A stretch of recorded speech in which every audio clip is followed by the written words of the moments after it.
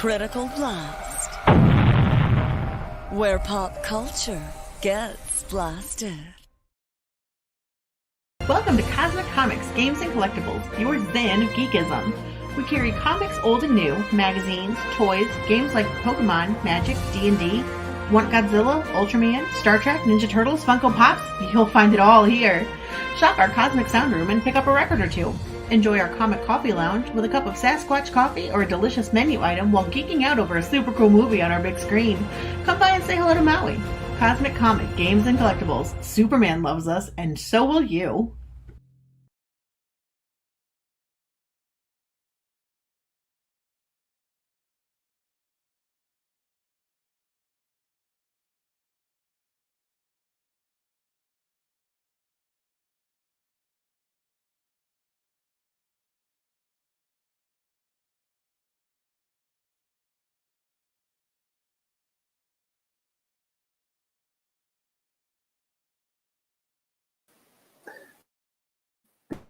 I am RJ Carter, Senior Managing Editor here at CriticalBlast.com, putting together a live stream for our sort of every Sunday night open mic discussion. If you have something to talk about, the link is right there at the top of the chat. It's locked. It's not going to go anywhere. Click it, join in, speak your piece. But I don't know what you're going to talk about because this has been the deadest week as far as comics news and personalities. Oh, who am I kidding? All right, we've already got the pitchforks out. We got the torches lit. The crowd is ready to go. And we've been talking in the green room prior to the show. So we have already got the conversation flowing. Let's get everything moving here. We have got James Lee, author of The Steins. James, welcome to the show. Thank you, thank you. And we have Mike Walters from the Mike Stand YouTube channel. Mike. Hello, everybody. And we have Mike 2, Michael T. Gonzalez from 6'8", currently funding on Kickstarter. Michael, how are you tonight? I'm all right. How you doing? Doing all right, man. Yeah, you want to kick a link out to us for that Kickstarter? We'll throw that out here in the chat, too, so people can sure. Just follow us. Toss it to me in the private chat. We'll throw it out there. BAP2 is already in the chat. BAP came back after my 3-hour stream this afternoon where I built an AT-ST Raider from Lego, which I'll probably regret because for several reasons, but one is because I actually opened the box. It's sort of a special set because it's the only Star Wars Mandalorian set. Well, it's the only Lego set, period, that has the Cara Dune minifigure in it. And Lego's retired it. They pulled it back, and that set's not that old. So you draw your own conclusions as to why they possibly may have done that.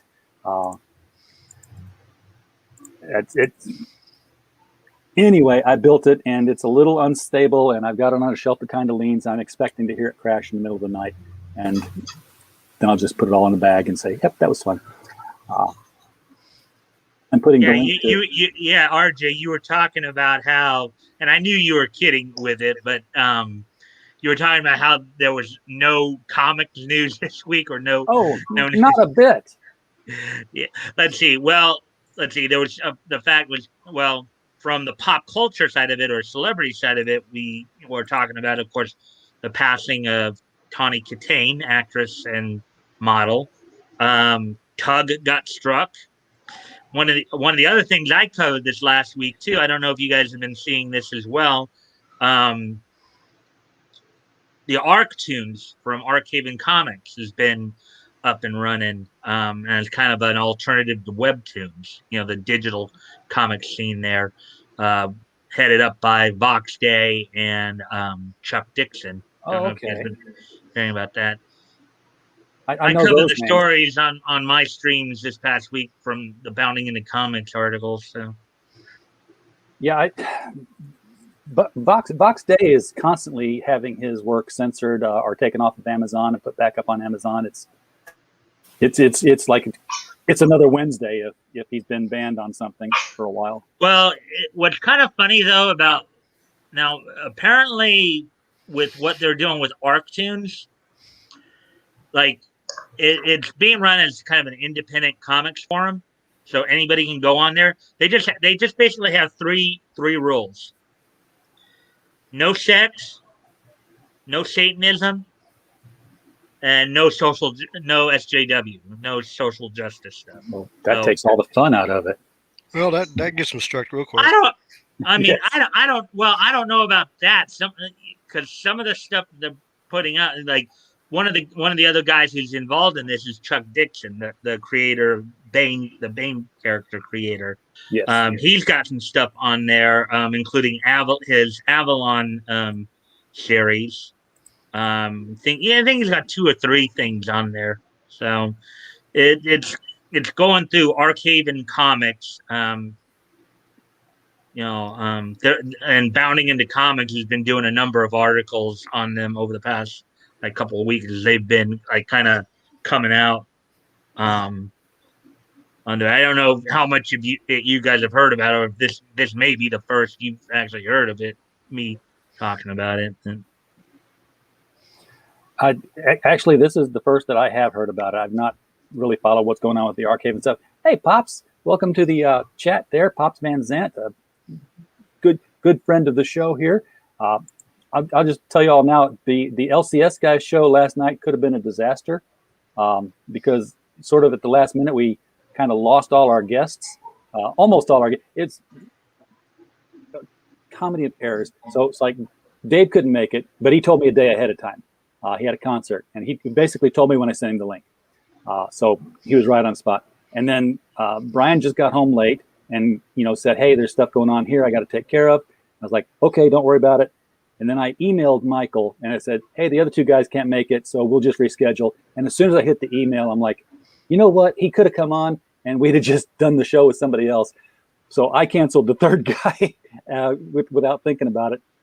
I hit up Pops over on Facebook with 7 minutes before showtime. I said, hey, you want to come over and be a guest host on the stream? I've got Don Chin and Bill Mouse coming in. And Pops came in and co-hosted the show with me. So that was a lifesaver there.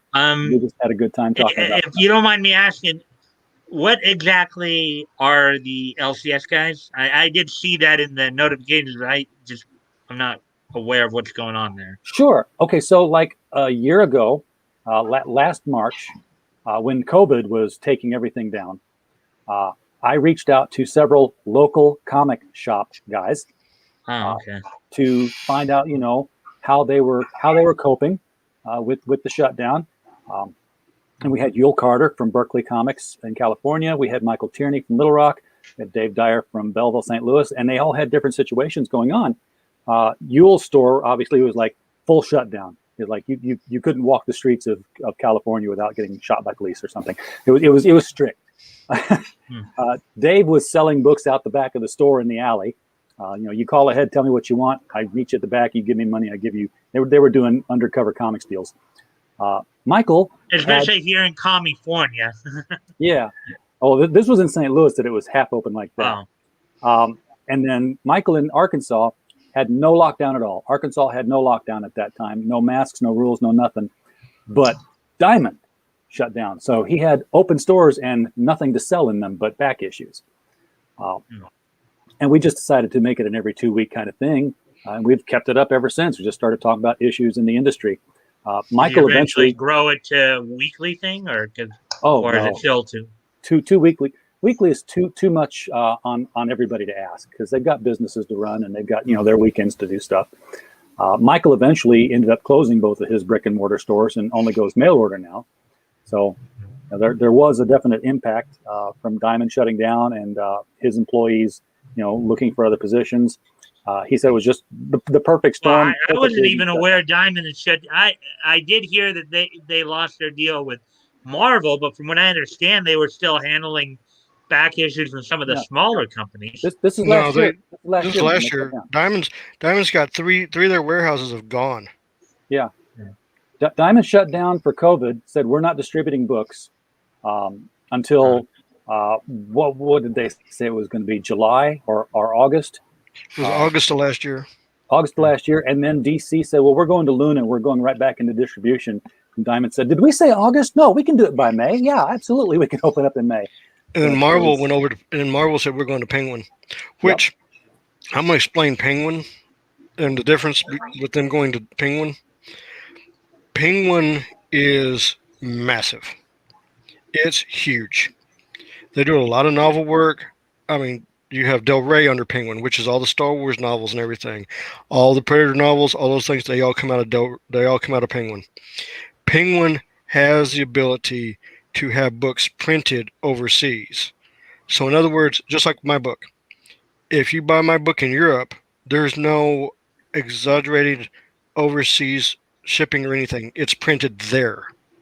Just like in Australia, it's printed there.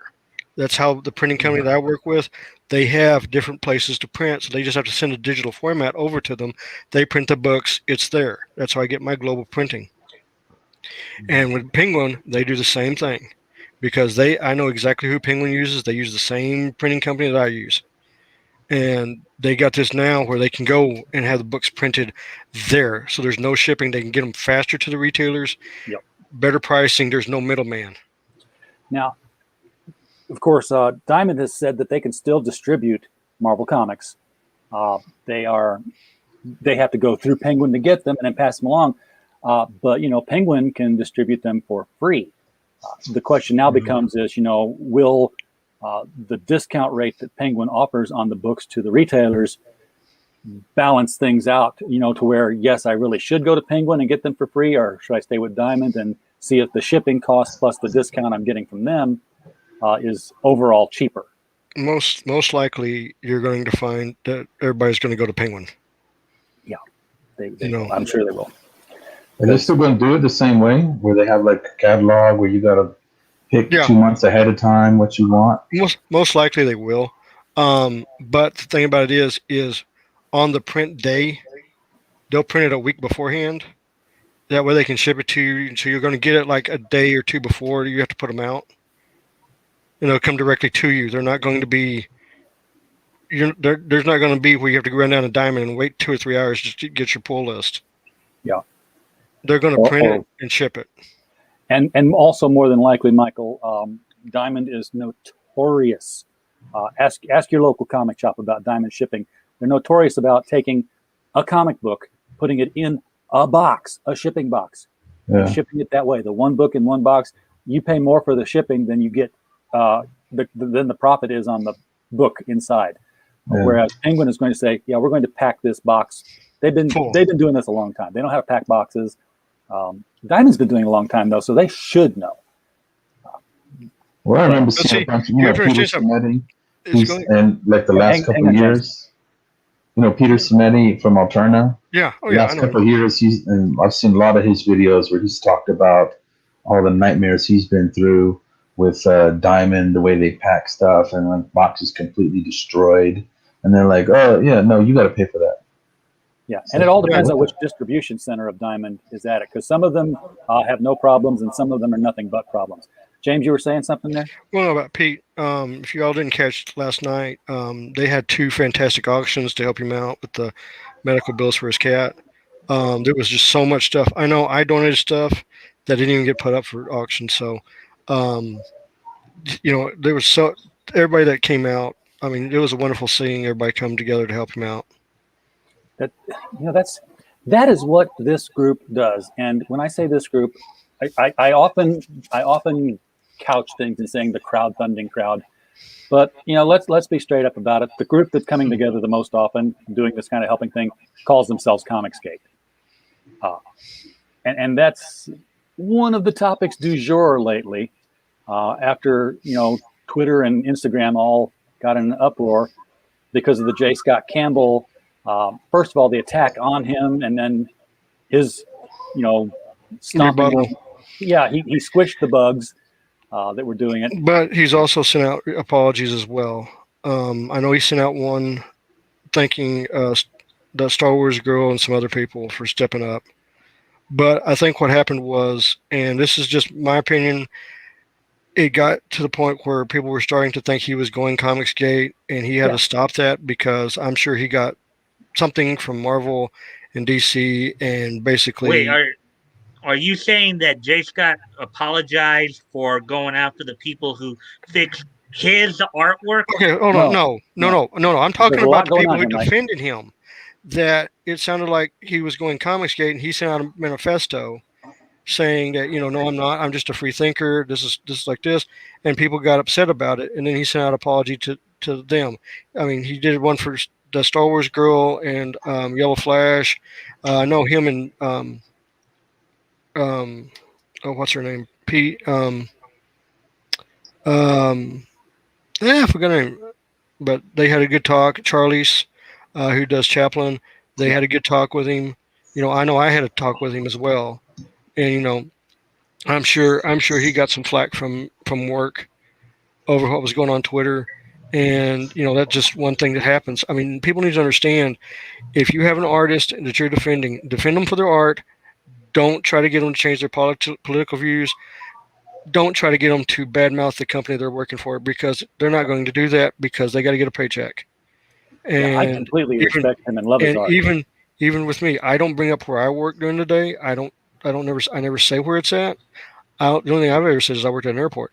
But I'm not going to badmouth them, because let's face it, when I was in the hospital, they paid all my medical bills, and my medical bills was over $200,000, and they covered it all. Well, So I'm not going to badmouth anything about a company. Well, I can understand that point, but I think overall, what Comic Pros well, from what you're saying, I think it sounds like Jay Scott did try to do this as well. But I think what Comic Pros as a whole need to really think about doing is just leaving their politics out of Well, their Campbell does. work. That's the whole thing. Campbell keeps his out of. There's certain people. There's certain artists that are on Twitter that go politics 100%, and I don't follow them. There are some like Jason Scott Campbell, and even Jim Lee. Most of the time when they post something, it's all about a comic book. It's about their Right. art, stuff like that. I'll follow them all day. And RJ knows this. I will defend Jim Lee no matter who comes after him, because of what he did for me in the past. If nobody knows, and I'll explain it. Kelsey Shannon will back me up on this. My birth name is Jim Lee. Okay, that's the name I was born with. I changed it to James so there would be no differentials between me and Jim, because that happened back in the 90s. And in 97, I had enough, and I changed to James. Wait. So you were legally born as Jim Lee, not James? Yeah. Okay, that's interesting. My parents, this is how it went. My birth certificate says James. My social security number that I got on the same day says Jim. So both names are legally mine by the federal government. Mm-hmm. Well, now when you say he issued an apology, I want to touch on basically the statement that he had made that kicked all whole brouhaha off here. Was he talked about the comments that after he put his little fixes in thing together, he said, let me make this as clear as I possibly can. I am completely and totally against any bigoted comments, anti-LGBTQ, anti-trans, hate speech of any kind, threats, any of that sort of thing. Perfect. So am I. So are we all. I have no affiliation with Comicsgate.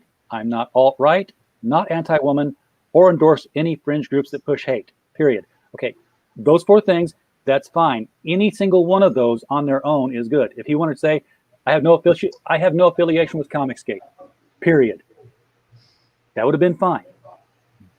The problem that people in Comicsgate had was, it was sort of like the Sesame Street game, one of these things is not like the other. And yeah. And then later on, he did an apology. I don't really get it, but so he should have rewrote it. He should have thought about how he worded it. Exactly. Now, if he's apologized after that, then I totally get it. And I dropped, and I'm on that. That's the end of how I feel about it. That's the end. Like I said, if you're going to support an artist, remember where they work, where they came from, and you also have to remember, most of the guys that came out of Homage Studios are very liberal. They're not going to change their ways, which they have the right to do that. This is America. We all have the rights to be differently politically wise. But if you're going to be an artist and you're doing comic books, why should we go after them political? Let them have them. We need to just sit down, talk about art, talk about stories. That's it. Let it go. This thing about, you need to be one or the other. No, you don't need to do that. That's what's missing in the comic book, and basically in all of entertainment is, don't worry about politics. Make good stories, make good art, and move on. Mm-hmm.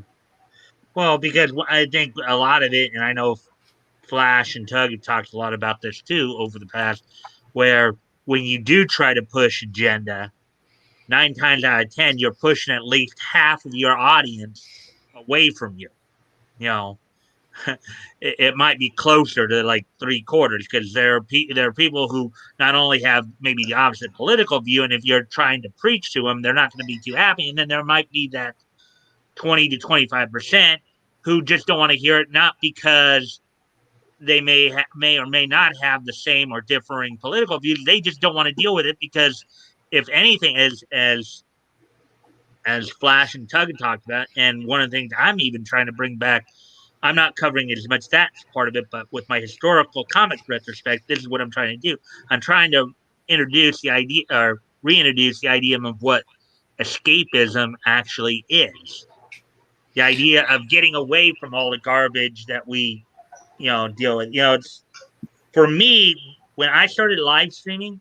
Part of the reason I started live streaming, was just after the whole thing with Vic started. A few months after that, with Vic Mignogna started, and I, was starting to watch Yellow Flash, Zero Hay, Tug, those guys, and they inspired me. They inspired me to give it a shot and start live streaming myself.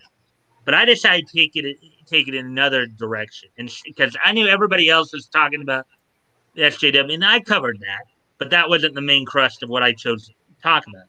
I decided to try to put more of a positive spin on my coverage, and do things like just simply do like a niche news night or a nightly niche newscast Monday through Thursday, like I've been doing, and then on Fridays with my co-host Batgoat, I've been doing a historic comic retrospect where I've been going back, looking back at comics of the past and just kind of doing some, reading through some of them and then, doing some commentary on them a bit.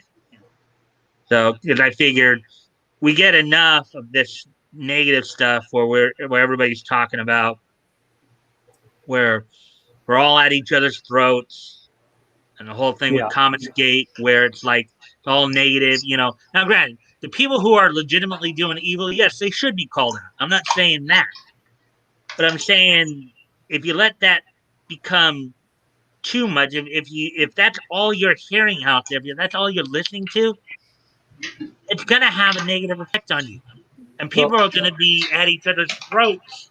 See, that's the whole So, point. That's the whole point with comic books right now. You hit everything on the nail. Good comic books are out there.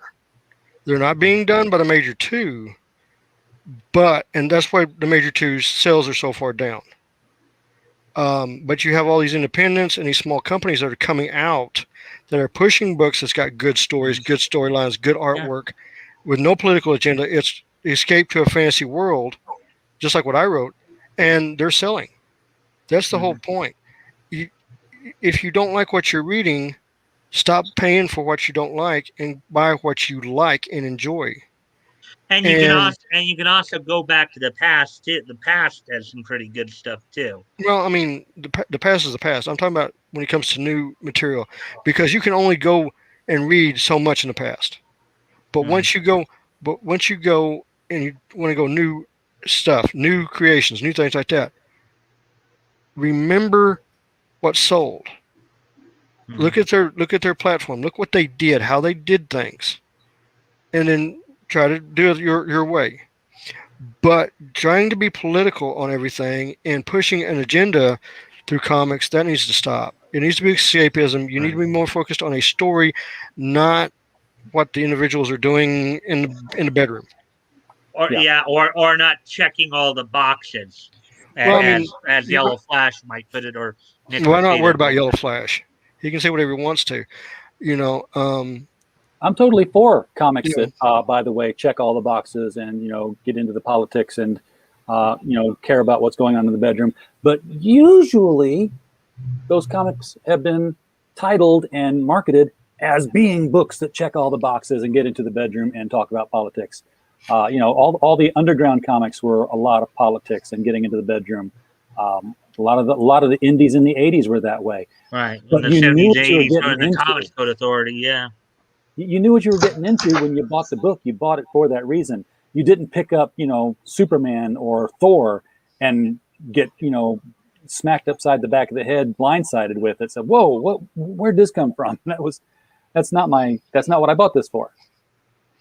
Exactly. Yeah, I mean, even because as I've mentioned before, I've done my fair share of research on DC Comics history, and not to say that they didn't, even in the past, at times kind of touch upon the politics of the day, but it wasn't like it is now. It was still within the reasonable realm of the story. It drove the story. It didn't preach. Right. You look at a lot of the Neil Adams, our Denny O'Neil, Neil Adams, Green Lantern, Green Arrow run. That was almost nothing but politics in every issue. Well, remember, are you talking about when they went on their cross country? Yeah, that was the whole run. Yeah, the cross country trip where like Green Arrow was trying to teach Hal, or Oliver was trying to teach Hal about the other side of things, basically, or Yeah. Yeah, I know what you're talking about. Go on there, James. No, what I'm saying is the problem is right now is, and I got to look at that. What is that? New Age of Adam? The kids that they're gender swapped for X-Men. Yes. I actually got to look at a couple of those books. The problem with those books is that would have worked if you had a really good writer. But reading it, what I was reading was very sloppy. I mean, it was extremely sloppy. Very one-worded things. I mean, I was just like, this has got to be ridiculous. And this is not like Chris Claremont wrote. This is not like those back then. That's what happens when you don't hire a writer, you cast a writer. Well, also, a lot of people have not taken the art of writing.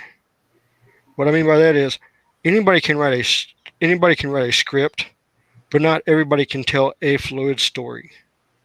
And that's what's missing also in comic books. A lot of the stuff, there's some that I got from Comicsgate. Artwork, on Indiegogo, artwork looked fantastic, but some of their stories could have used a lot more work on. Oh yeah, some of the superstars. I mean, this is no secret. I told it to him straight to his face. Preston Acevedo's Doc Salem, great artwork, fun story. I love what's going on in there. Sorely in need of an editor, so badly. I mean, just misspellings all over the place and wrong word usage, and he knows it. And he's getting an editor on the next book to take care of that. Yeah, I mean, it's just the thing about it is working on independence. If you're working solo, you need an extra set of eyes. Yeah. If I may interject something here real quick, the three of us, RJ, James, and I, have been dominating the conversation. Michael, you've been sitting there listening. You have anything to say about what we've been talking about here? Because I mean, you're sitting there, and we haven't even given you the opportunity to really chime in. Well, I'm not on Twitter and all this kind of stuff, so I don't know a lot of the stuff that's going on. He's learning it now.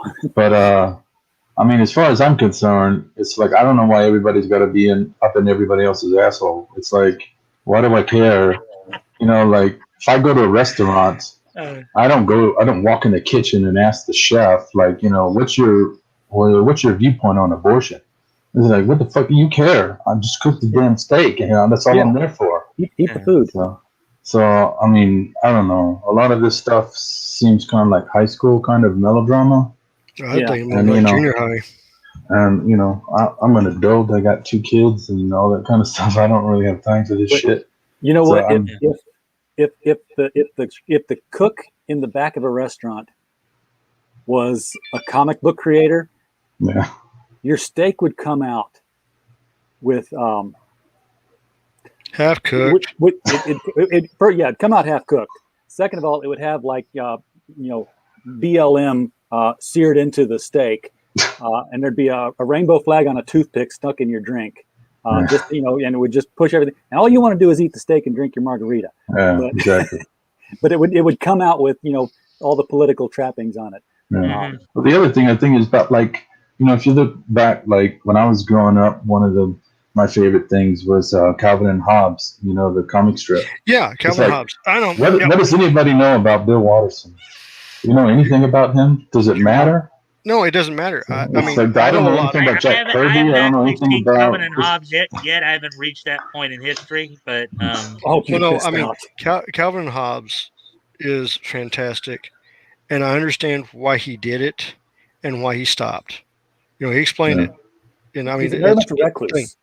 Yeah, yeah, and I admire him for it. He stayed with his guns. He wanted to be left alone. He made his money, and the only thing he said later on was he said he should have followed what Garfield did, and that was the promotions and stuff.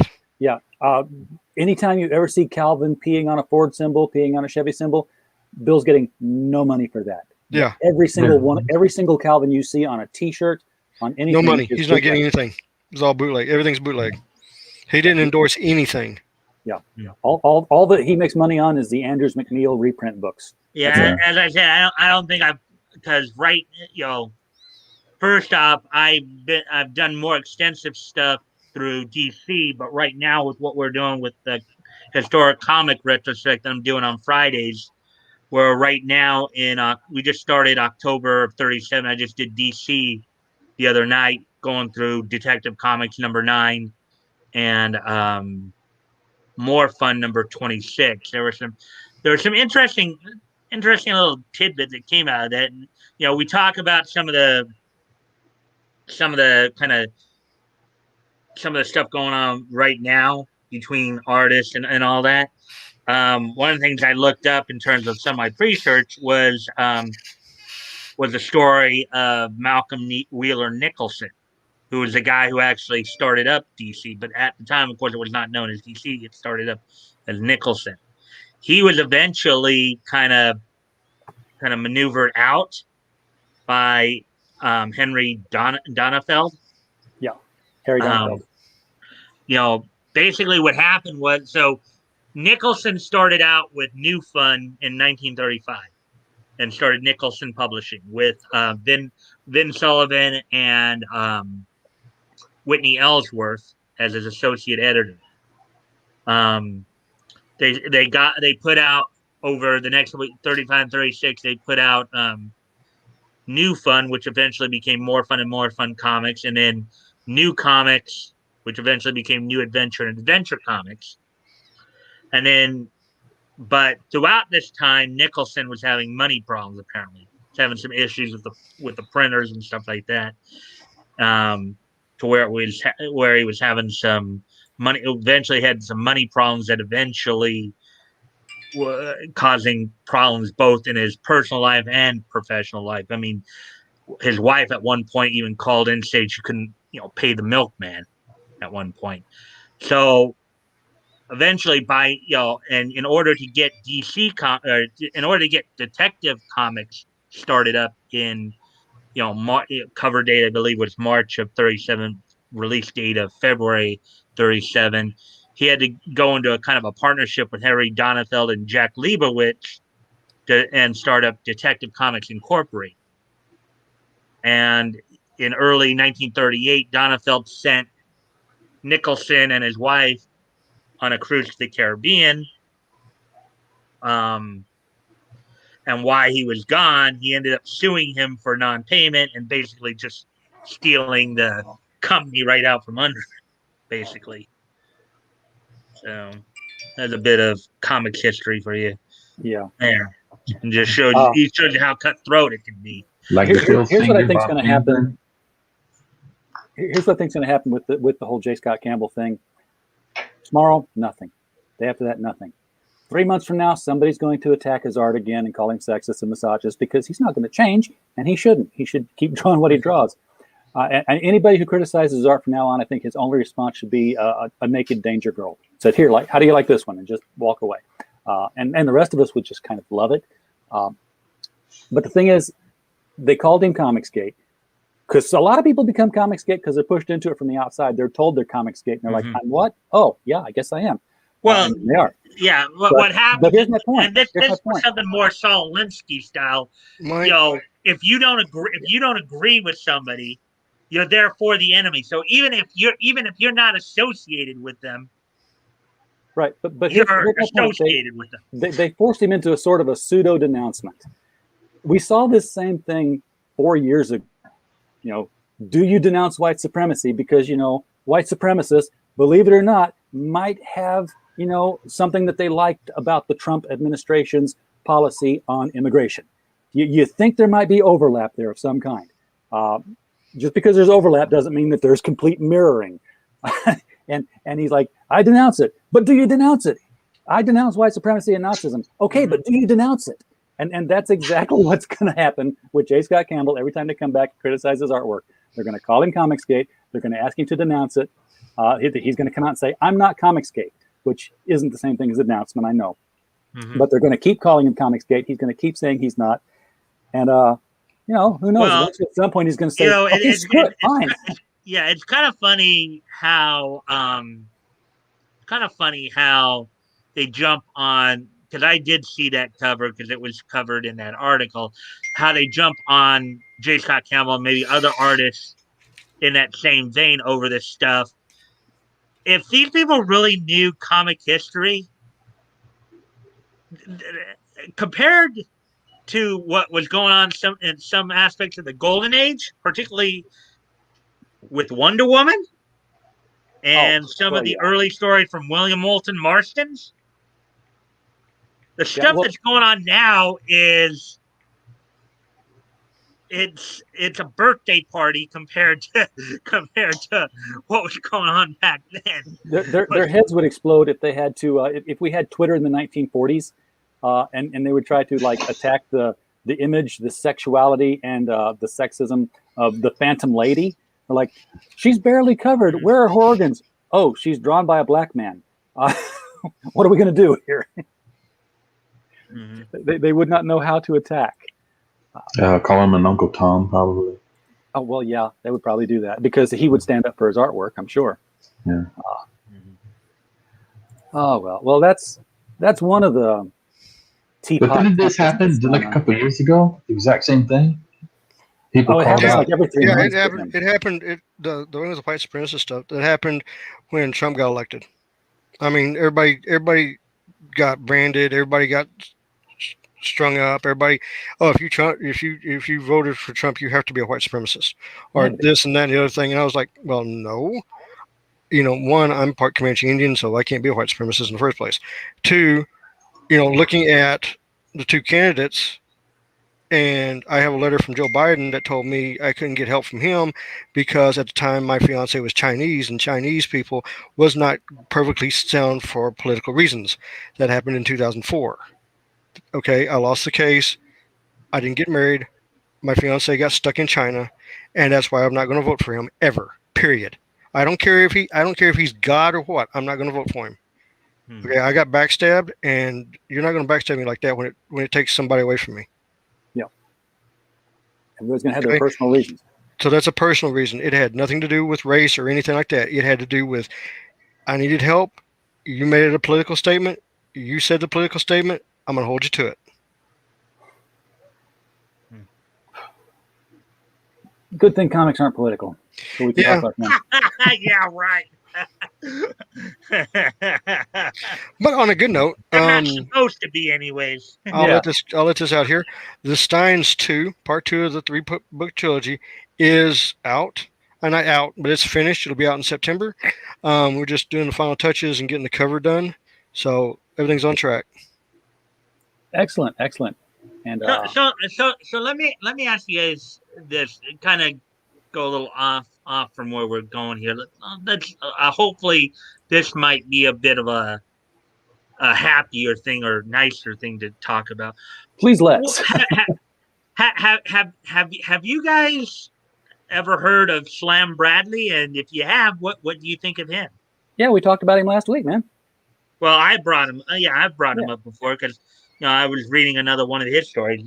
Because one of the things I was thinking about over the weekend here, at least prior to when I was doing my stream on Friday, was I was just thinking of how much, the way that Jerry Siegel and Joe Shuster wrote him. If he was living today, he'd be a Chad. He'd be a featured Chad. He was just he was in the same vein as all the other hard-boiled detectives of the era. He was just a comic book version of the Falcon or Sam Spade or Johnny Dollar, all of those great radio and pulp detectives, and they're still using him. Yeah, Dick Tracy. I'd love to see DC do something with Slam Bradley. Just do a detective story. Like, I live in a world where there are superheroes. I don't interact with them. I deal with the people on the street, and I solve murder cases. Actually, that's what a lot of those early issues were. I mean, he did not have any. As I understand it, he did not have any interaction with any other like DC characters. No, well, even in those early issues, nobody until did. Detective Comics number 500. Yeah, in those early issues, nobody had interaction with the other DC characters.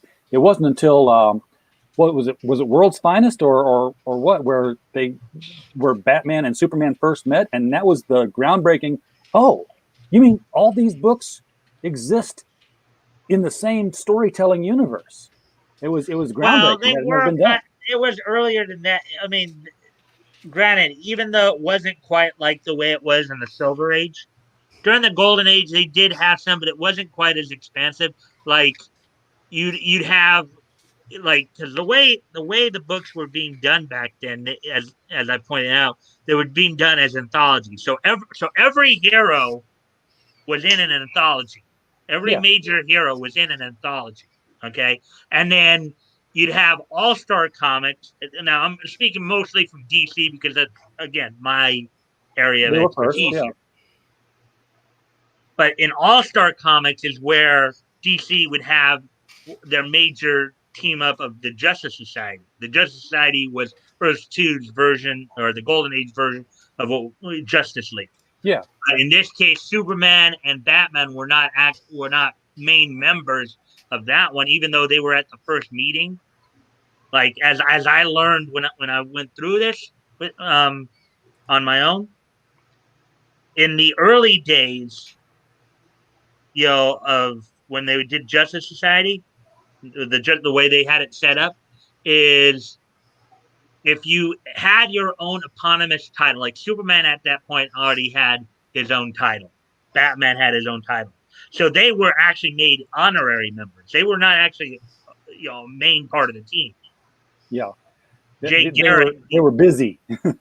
Yeah, basically that was the idea. But and you had like some crossover. Like I do remember one story where like the Newsboy Legion, who were part of the Stars and Stripes feature of the Guardian, they crossed paths with the Boy Commandos and with Sandman and Sandy the Golden Boy.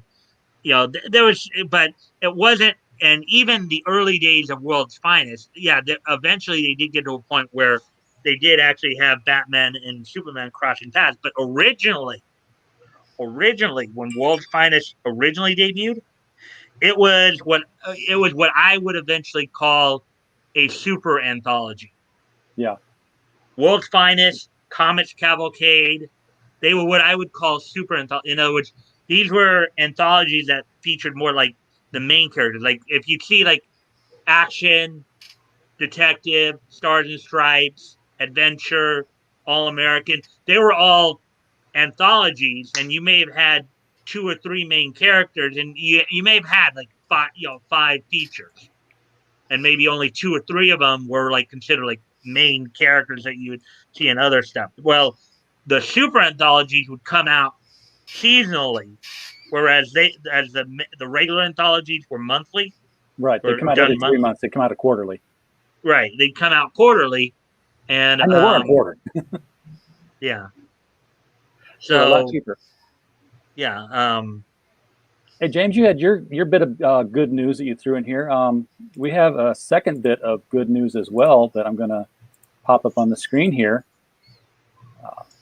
Michael's 6'8" is funded on Kickstarter. Congratulations! Yay! So you passed the $600 mark. I don't know when that happened. It may be old news to you, but it's news to us. So congratulations! That was a couple of days ago with Pops on his stream. That figures. Pops did it. Yeah. Pops pushes so many people off the ledge. Top of the Pops. Yeah, absolutely. So this is going to be good. Another 48 hours to go on this one, folks. If you have not backed Yeah. 6-8. The horror book. I'm going to pop the link right here in the chat. Bada boom, there it is. Thanks. Yeah, Obviously, it'd be great if we can get more than that, but at least it got 100%. So it's something to build on. We have the Bancroft bump, the Pops effect, and when you come on my show, people ask for refunds. And you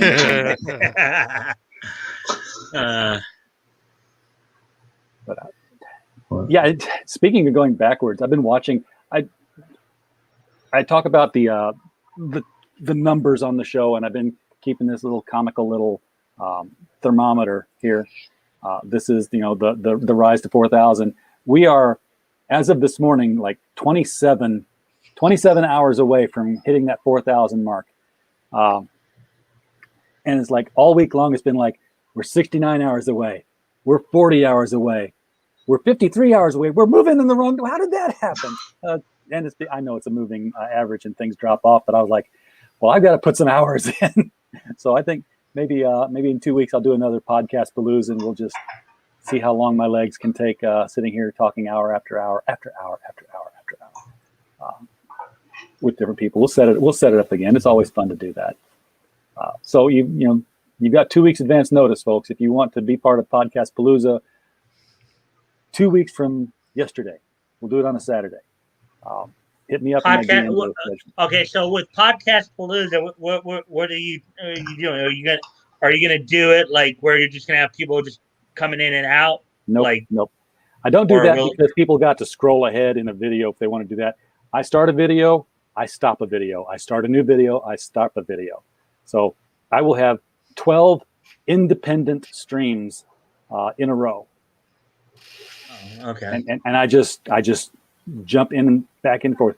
The way I was hearing it, it sounded like what you were, not what we're doing here, but what you thought that most open mics are presented at. That's what I was thinking you were doing. No, it's basically what I do every night, where I devote an hour to one crowdfunder, and we just talk about their book and comics and whatever's going on with them. Only instead of one a night, I'd have like 12 in a day. So okay. It's the iron butt.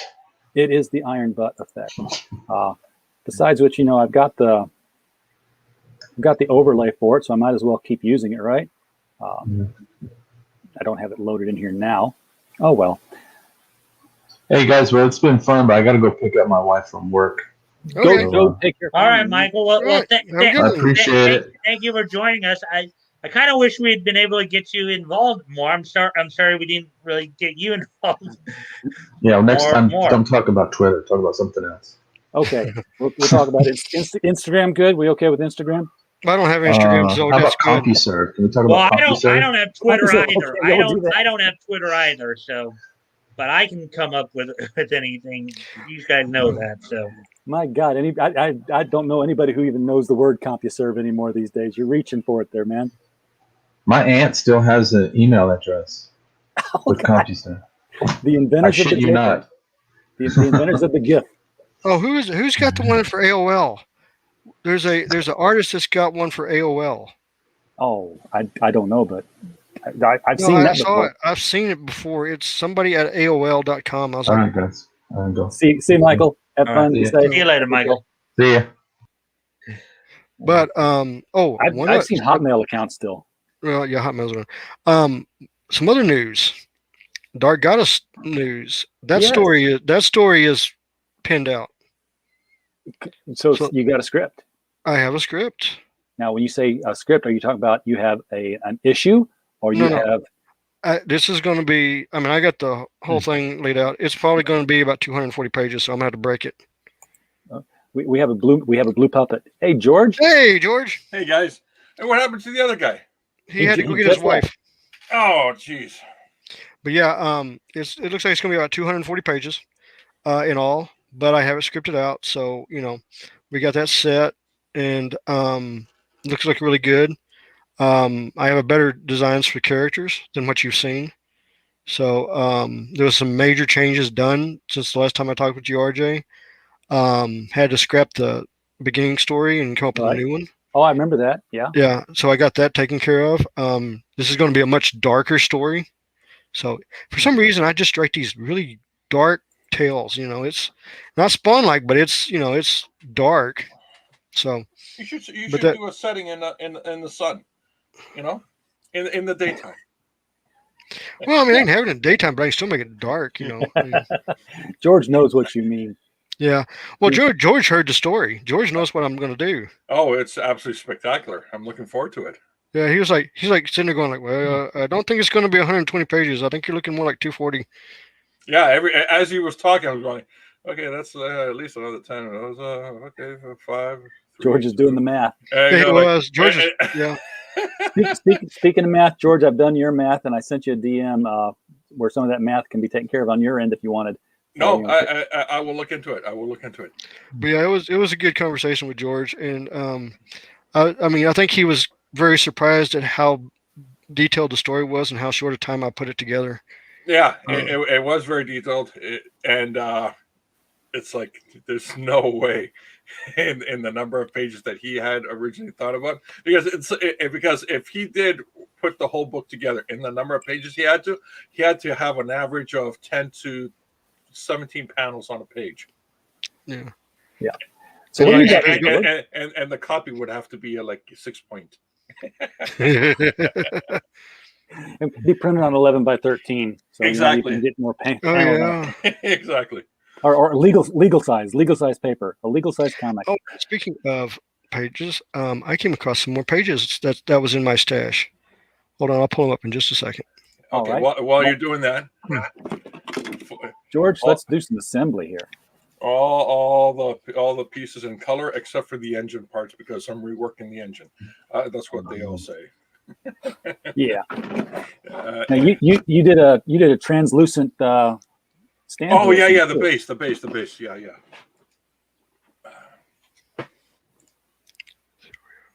Now that looks white on the video here, but I've seen the other pictures of it. Let's see if I can get the. There you go. See it? Yeah, it'll be more clearer when it's in real life. Yeah. So that's cool. There you go. It's coming together. Oh yeah, nice focus. Yeah. So this piece is done. All the lights are in place now. Cool. You know what I really, really love about this project, George? What's that? It's shipping with Critical Blast Logistics. Yeah. So we're gonna cut those Canadian ship prices to something more manageable. Yep, absolutely. Oh, and look, it's just like.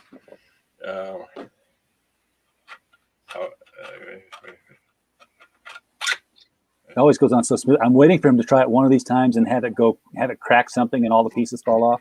No. Kind of like when I was trying to snap together the big constructs of Lego this afternoon. It's like, okay, I got one big piece and one big piece. Let's put them together, and I crunched something off. Yeah, that was. Yeah, it's everything. I did initial fitting. Everything just fits nice, and it's the base. How it sits on the base is like this. The weight in itself, it has a perfect balance. Oh, nice. You won't be able to make it fall off the base at all. Now that ship is not fully completed yet either. There's more to go on the back, right? No, like all the pieces. I mean, what you were holding there in your hand wasn't completed. Yeah. All the pieces are done. Yep. I'm gonna do an official backers video where as soon as I finish the engine part, right, and I'll do an official backers video where, and then it'll have the fuselage, or is it the fuselage, or is it the what do you call the long? What's the long part of the Enterprise called? Those are nacelles. And these are called. I call these pods. Okay, the pod. Well, and the warp ring behind it. Yeah, the pod and warp ring. Oh yeah. Yeah, it's like. Whew. It's a cool looking design for a ship. Let's see. A cool looking design that's an obvious homage to a couple of different ships. Oh yeah, absolutely. Well, I keep forgetting. How the hell am I doing this? Okay, there. Did you print the instruction book for yourself, George? No, I haven't actually. I'll slip this in. Yeah. Here you go. Here you go. Is this going to come with like a parts manual in case somebody breaks something? They can say, "Hey, George, I need a 17C. Can you print me another one for how much?" Yeah, something like that. There you go. Nice. Look at that. It's like, You know, I think it would be so cool to have a 3D printer, but I just do nothing but porn if I had it. I know that. you could do what? Prawn. I like shrimp. That's it. Oh I'd yeah, be yeah. making models of different shrimp. And the wing, of course. As soon as the wing goes is put in place, That's going to lock it in. It locks it in. It won't open. Cool. All right, those are going to be fun. Those are going to be fun to ship. So James, I don't see a screen share from you yet. You were. I'm getting it real quick. Okay. There you go. Screen share. My phone keeps sitting over here going bzz, bzz, bzz, bzz, bzz, bzz. So stuff is Okay, there you go. somewhere. There we have it. Let's add that to the stream. Okay, this one here, this is actually one of mine. This is like really old, but this is one of mine. It's a Nightwing pick. And this one here, I don't remember what I was drawing this for. I know it's mine, but these are older. When would you date these? the Nightwing is going to be 96, 97. That's a long time ago. 96, 97. That's 24, 25 years ago. This one, I believe I did in 97. Yeah. You have grown a lot in an art. I mean, those are nice, but you've grown a lot as an artist since that time with the more recent stuff you've shown. And then this one's 90. This is 97 also.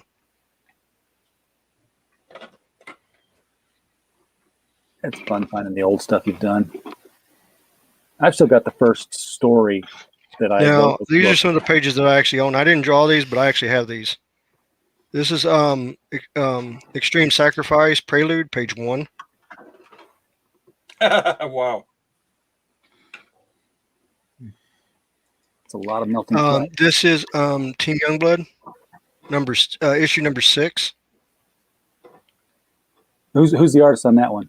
I think that's Masada. Okay. This is Brian Denham's Bad Rock vs. Violator, number 2. Okay. Oh, I know that one. I know that page. It's one of the many pages that we called the Balloon Chick. Yeah, and this is Supreme number 13, page 1. This is Nokia and Ramford.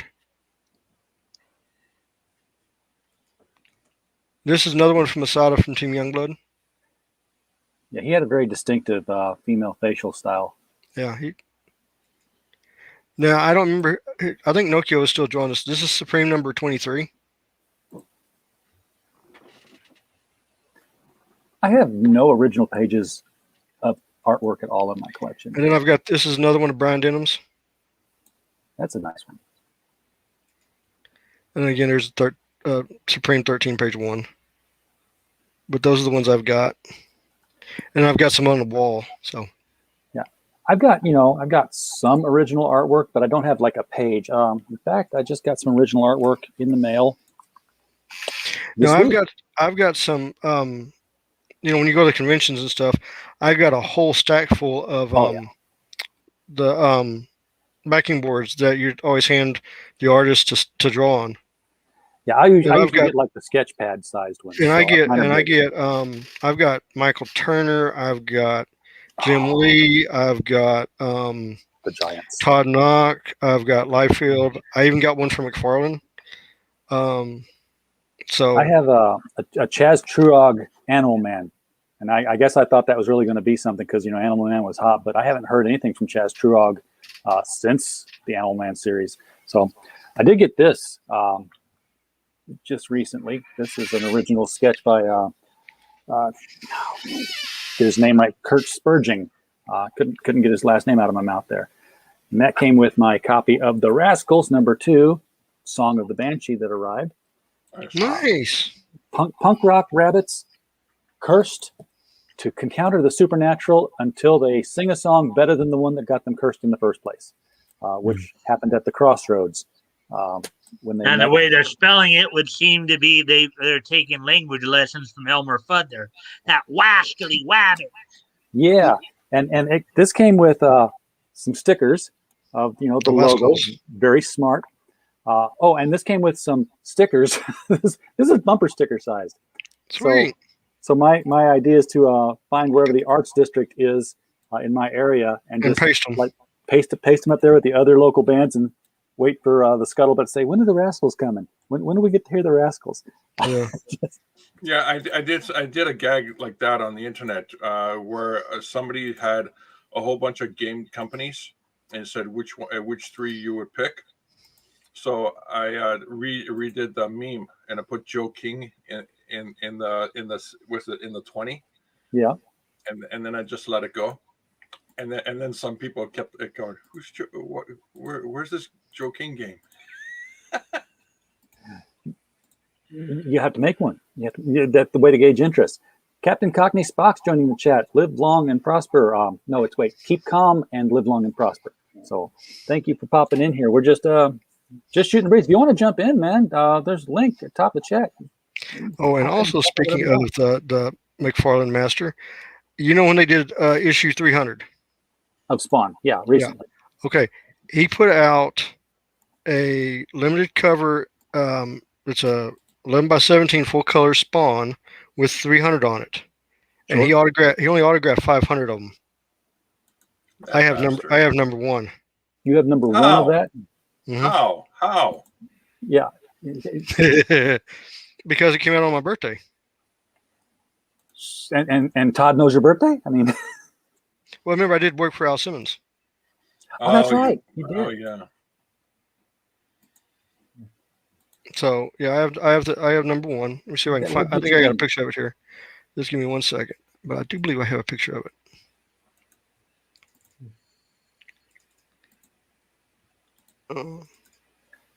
Let's see where you're at.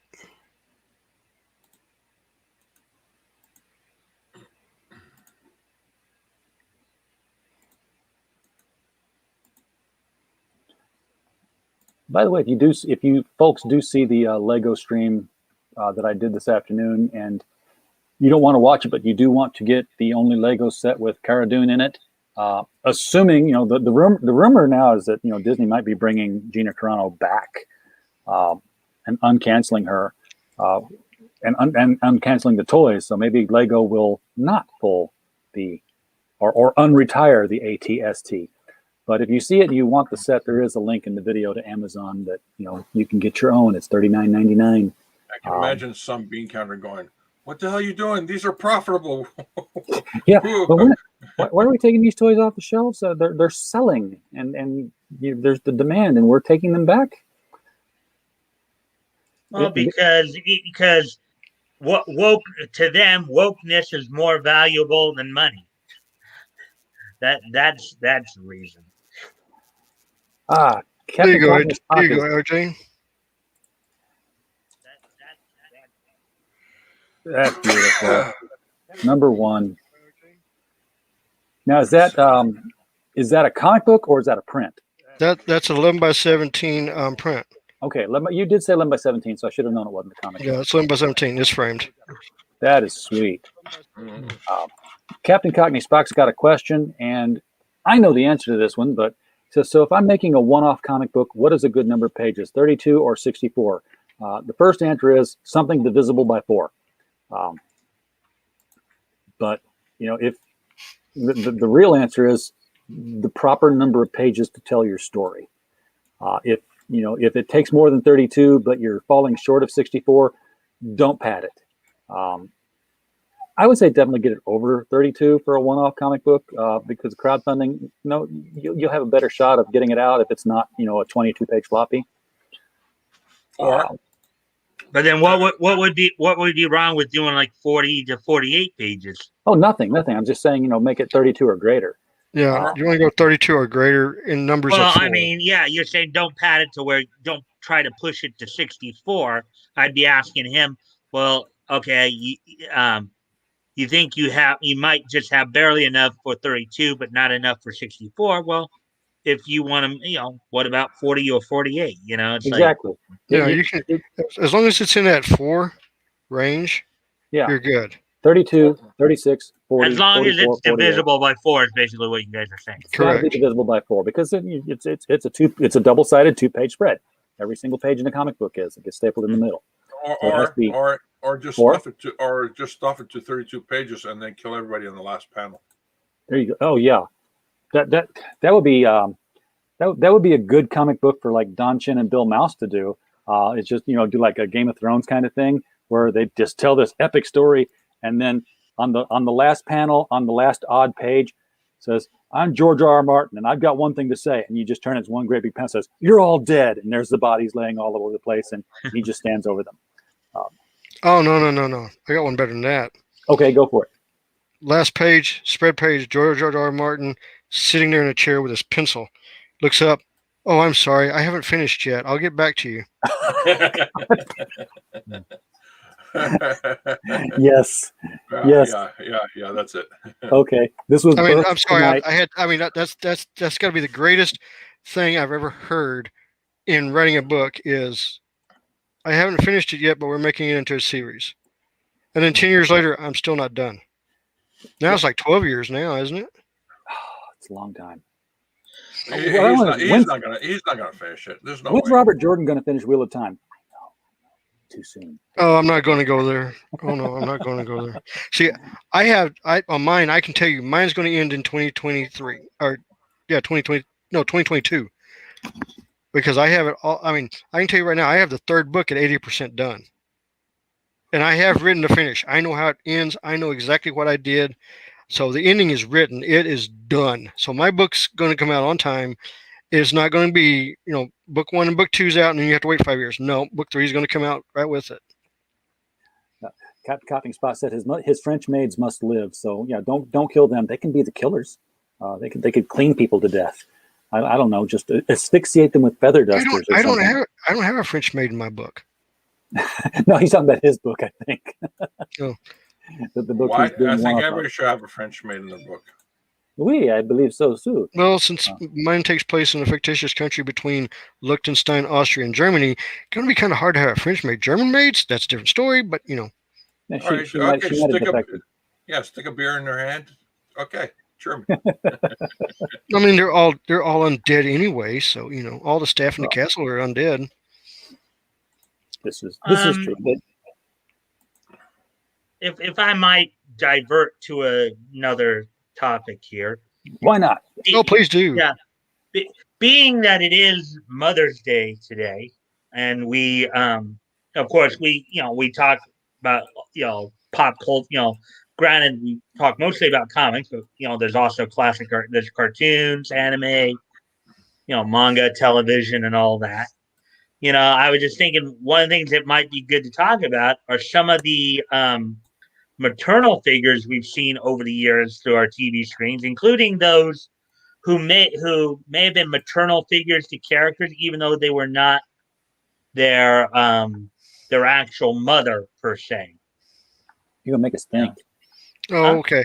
I'm gonna start off with this big controversy because I think Marvel dropped the ball on this almost 30 years ago, and that is the relationship between Jean Grey and the original Rachel Summers. That should have gone a whole lot different. What happened? Oh my God! You never read that? Pretty much nothing. Okay. I don't know. I don't really know anything about that either. But okay, this is what happened when Jean Grey was supposedly dead. The Phoenix put her in hibernation to regenerate her. Phoenix took off and came across another girl, Rachel Summers, in the future. Rachel Summers is the daughter of Scott Summers and Jean Grey. Now, potential. Well, the story is that she was. So she comes back in the future to try to help prevent what happens. And she keeps it hidden for a long time until she actually gets the Phoenix entity the Phoenix entity shows up and she's able to control it. It's not like what happened with Jean. Rachel can really control the thing. and Professor, it blurts it out and everything like that. And make matters thing, this happened after the Inferno story. Jean Grey and Rachel Summers finally met, and Jean Grey went nuttier than a fruitcake. And basically, it went really bad. They wrote it really bad. I thought they just did a terrible job. And there was a missed opportunity to put them together. You'd have, Jean Grey, Rachel together, Phoenix, and you could say Phoenix and daughter, or whatever you want to call it. And it would have been a heck of a story. And they just dropped the whole ball. Who wrote it? Claremont? No. Yeah, I think it was Claremont that wrote it. Really? I think so. I'll have to look, but Yeah, I know the storyline was drawn by John Romita Jr. I know that, Yeah, and then the Inferno came in and ran that, and that after Inferno went in, because she was with Alan Davis in Excalibur, and they came over while Inferno was going on, and then right after Inferno they all butted heads. Yeah, Claremont can't write. He's as bad a writer as Jim Lee is an artist. George just pokes. Yeah, I know he pokes everybody, but yeah, I mean that's one of the hard things, and I really would have liked to see him continue the story with Mary Jane and Spider-Man, because if you didn't, there's an issue of Spider-Man where he's sitting on a ledge with Beast talking about having children. It would have been a good thing to see them, have kids and bring the family up like that. Yeah, well, they had Mayday Parker again in a future setting story. Well, she was a cool character. Well, speaking of Spider-Man, one of the things I wanted to touch upon here, as to like what I had talked a little bit about earlier, with the idea of a maternal figure being involved in somebody's life, even though they were not necessarily their actual mother, as in particularly as portrayed in the 90s Spider-Man series. How the relationship between Peter and May Parker, even though May was technically his aunt, she was more of a maternal figure. Mike? Yeah? I know you're going back through history and kind of moving forward, but that's been retconned, possibly, maybe, kind of, sort of. May is actually have been represented as his mother, biologically. They actually did do... Okay. They changed Spider-Man up so much, it's not even funny.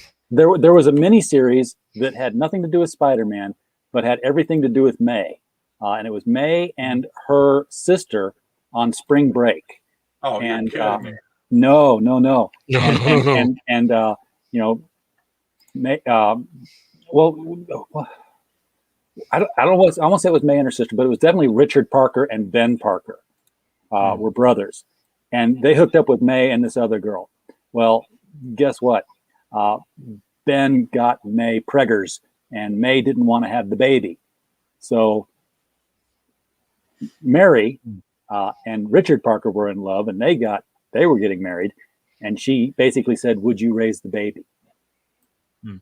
Yeah, well, I mean, I'm as I've said before, though, I'm not as aware of the Marvel Comics multiverse. I'm more familiar with the DC, but like a lot of the stuff I know from Marvel comes more from like the cartoons and stuff,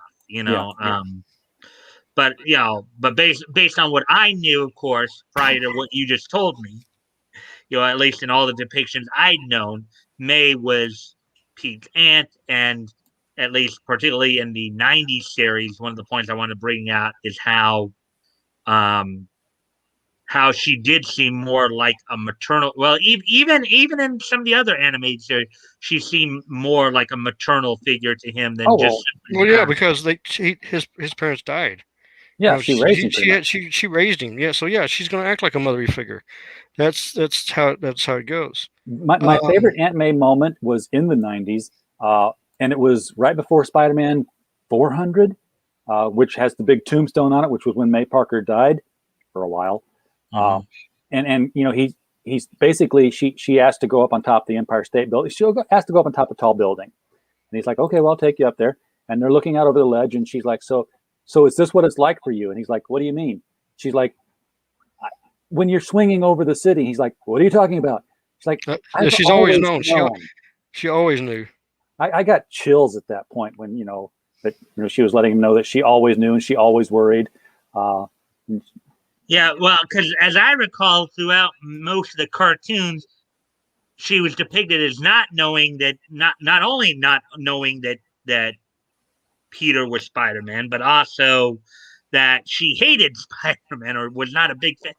I mean, she may not have hated him to the level, let's say, J. Jonah Jameson did, but she was not a big fan of Spider-Man. oh That's no, again, that's the cartoons. Again, that's the Right. Yeah. cartoons. Now I'll tell you one mother-wise that everybody very seldom brings up. That's Mystique. yeah, she's Rogue's mom, isn't she? No, I'll explain. She's Nightcrawler's mom. Oh yeah, she was her mother yeah. figure, but she was No. Nightcrawler's mom. She Yeah, was yeah. Nightcrawler's biological mom, and Mhm. she was Rogue's adopted mother. Exactly. She didn't have Rogue, but she's also Brandon Creed, Sabretooth's son's mother. Brandon, well, I guess in the cartoons they called him Yeah. Graydon Creed. The Graydon Creed that did the group that was against mutants Yeah. because he hated Sabretooth so much. But Mystique was his mother as well.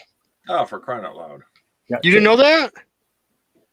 Actually, they depicted that in the '90s X-Men cartoon. In fact, like in one of the later season episodes, they depicted that.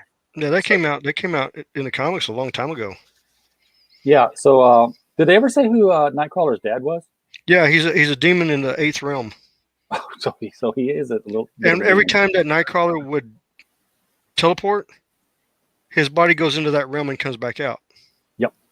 I remember the realm they would go through, but it Because didn't tie it to something. his father used him one time to get out of the realm.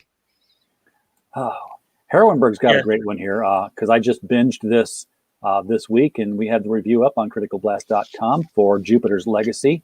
It's a very good show. I binged all 8 episodes, Yeah, me and too. I can't wait for the next season now. But yes, Grace Sampson, aka Lady Liberty, played by Leslie Bibb. She's 100 years old, and so is her husband. But they age slower because of the superpowers that they were given in 1927. I'm not Is Jupiter's Legacy Jupiter's Legacy part of DC continuity? Not a bit.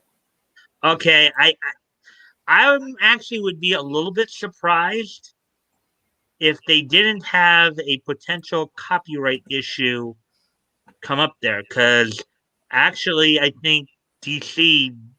Oh wait, no, I'm thinking Liberty Bell. Actually, never Yeah. mind. Yeah, Thinking Liberty. Lady Liberty is not, and also, by the way, you if they did, there are 2 Sandmans in different companies. Yeah. Yeah. There were for a long time 2 Captain Marvels. Well, see, that's a lot like of people Thor. don't know DC has a Sabretooth. Yeah, and see, that's like Thor and any of the Norse gods. You can create a Thor in the comic books, and Marvel cannot come after you because Thor goes back so long before their version came out. Well, yeah. Well, basically perfect. well, in It's the suit that any makes Thor. mythos like that, any like mythos like, I mean, look at the differences in how DC and Marvel use both the Roman and Greek mythology, Exactly. right? So Yeah. anybody can have a Lady Liberty because there's a statue of that already. As long as they didn't look the same and had the same power set, as long as they were different characters, Yeah. go to town. Make a Legion of Liberty ladies if you want. Actually, there was I know in DC. Actually, in fact, it was in DC. I believe. Actually, no, it may have been even in Qualities where this one started. There was a Miss Liberty in Quality Comics. Well, there's also there's a Miss Liberty over at Extreme Studios too, I believe. Yeah. And it might even be the same character because I think there's one that has gone public domain. And you see a lot of, like Black Terror is the biggest one that you see a lot because I guess he's just more iconic and he's public domain. So you see him with a lot of the Dynamite titles. We saw him in Alan Moore's ABC universe. He was in, part of that. Who are you talking about? The Black Terror. All right. Well, that's a common name for a lot of things. There even been some professional wrestlers who've gone by the name the Black Terror too. Mr. Yanafui is watching it and says it's too slow. He doesn't care. They're doing an Arrow thing here where they're like showing the modern day and then they keep cutting back to the past to show the progression of how they get their powers. But they finally show it, and I don't think the second season is going to. Well, you know what? I think the second season is going to do the same thing, but not with their powers, but more rather backflashing to how they, quote unquote, get betrayed by Flying Fox. What are you talking about? In the second season, the lead superhero gets killed off, and the kids go on the run. What? No, that won't happen. No, that's Ultra Star, I believe. No, that's Jupiter's Legacy. I haven't read the books, so I couldn't tell you. But yeah, the second series. There's 3 series altogether. I think he did. Yeah. The second series, the uncle gangs. No spoilers. No spoilers. No spoilers. Yeah, well, the uncle Ez, it took out the chief Ez, and then the kids X went running. Big Latin? No. Yeah, something like that. I know we kind of got back onto the comics stuff too, but going back to what a couple other examples I was thinking of from the television side of it in terms of what I was talking about earlier with the idea of maternal figures who were not mothers to the character, actual mothers to the character. One of them was Della Reese's character in Touched by an Angel, Tess. She was somewhat of a maternal figure to like Monica and the little group she was in charge of being their supervisor. And also even going back to All in the Family with Edith Bunker when they brought Danielle Bridgewater in to play Stephanie. And, with Sally Struthers, of course, leaving the series, Stephanie, even though Stephanie was technically Archie and Edith's niece, Edith basically became kind of like a maternal figure for her there too. Until they killed her. Television is full. Television is full of wonderful mothers and stupid dads. And I've told the story before with the Bob Newhart. Marge Simpson. Well, yeah. No. Good mom.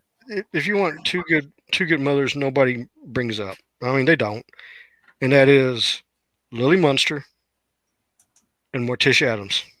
They're great moms. They're fantastic moms.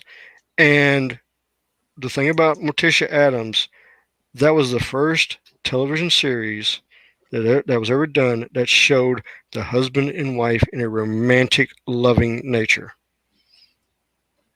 Because if you go back and look at everybody else, it was either the father by himself in the comics, and it was either the father by himself or that the husband and wife slept in separate beds until they got to the Addams Family. And in the Addams Family, you had the romantic, kissing up the arm and everything, and they're all getting, you spoke French. Exactly. And that was a big deal. I mean, that was a major big deal back in the when they did it. I got 50s and 60s. Yeah, I got to tell you something about the Addams Family. I don't think a lot of people really appreciate. You talking about the comic book or the comic artwork? No, the actual TV series. The black and white or the color black and white, whatever you call it, back in the black and white. I did a binge on the entire series on Pluto TV, and I kid you not. I actually at a certain point, I was enjoying the show. I was getting the gags and all that stuff, but the communication between Gomez and Morticia, it's on a Shakespeare level. Oh yeah. There's some dialogue in there that totally blows my mind. And this was done for a half-hour show. It's like, I don't remember the exact. I can't quote it exactly, but he says Gomez said something to her. She's on her way to answer the doorbell, and he says, "Every minute that I am away from you, that I don't see you, is a heartbreak unto itself, and I shatter. and I rejoice when I see you once more, or something like that. Mhm. I'm going like, holy smokes! Yeah, and that was the first time any of that stuff was ever shown on television. Yeah, That's what made Gomez that was thing. ever the romantic, and no matter what, what media he would, whether it was in live action or even in the animated forms he was in as well. They Yeah. depict. If you see his interviews, he talks about it, that Carolyn Jones and him were a team. They got along really well, Yeah. and that's what it made it work. More like that. Yeah. The only thing I'm aggravated about with John Aston is Night you Court. remember this? You remember the Scooby Doo movies? Oh yes. Yes. Well, they've been releasing them on DVD, and it's the almost complete collection, and it's almost complete because they can't get the rights to the Addams Family Yeah. voices from. They can't work out a deal with him, so they can't reproduce the Scooby Doo Addams Family meetups, which were Oh, no some of the way. best ones. Those are some fantastic ones. Yeah. Oh, it's right up there with Get Smart and the Universal Monsters. Well, I mean, the Universal Monsters were that episode, eh? well, the Universal Monsters. That's where the monsters came out of, and that's what they were trying to do. Yeah. And and I'll put it like this: the Steins came out of the Munsters. My goal was to make the Munsters a horror, straight up, scare your pants story with a little bit of romance in it. And I think I did a pretty good job of it. Yeah. Gary But Shipman, I had to work on a bunch of things because the Munsters as a comedy is fantastic, but the Munsters as a serious horror story does not work at all. And so I had to start from scratch and make each character unique, do their backstories, how they got to where they are today, and you sit there and you're working on them, and you realize that you can't tell the story from the character you wanted to. Mine was, I wanted the Count. The Count was going to be the main guy. He was going to be, and I put so much work in on him and who he was, how he became the vampire, the whole thing. And then I got 9 or 6 chapters in, and I was like, this is not working. It's too rough. It's not working. I had to pull out, and I had to sit there and really think about it. And I had a blank canvas with the girl. And that's when I said, okay, I want to try with her. And I started working with her. And because she's a blank canvas, and you can't do, to get her to Europe, you can't do like they did in the Munsters. You can't make her a college kid. You got to make her an adolescent, and something bad has to happen to her parents.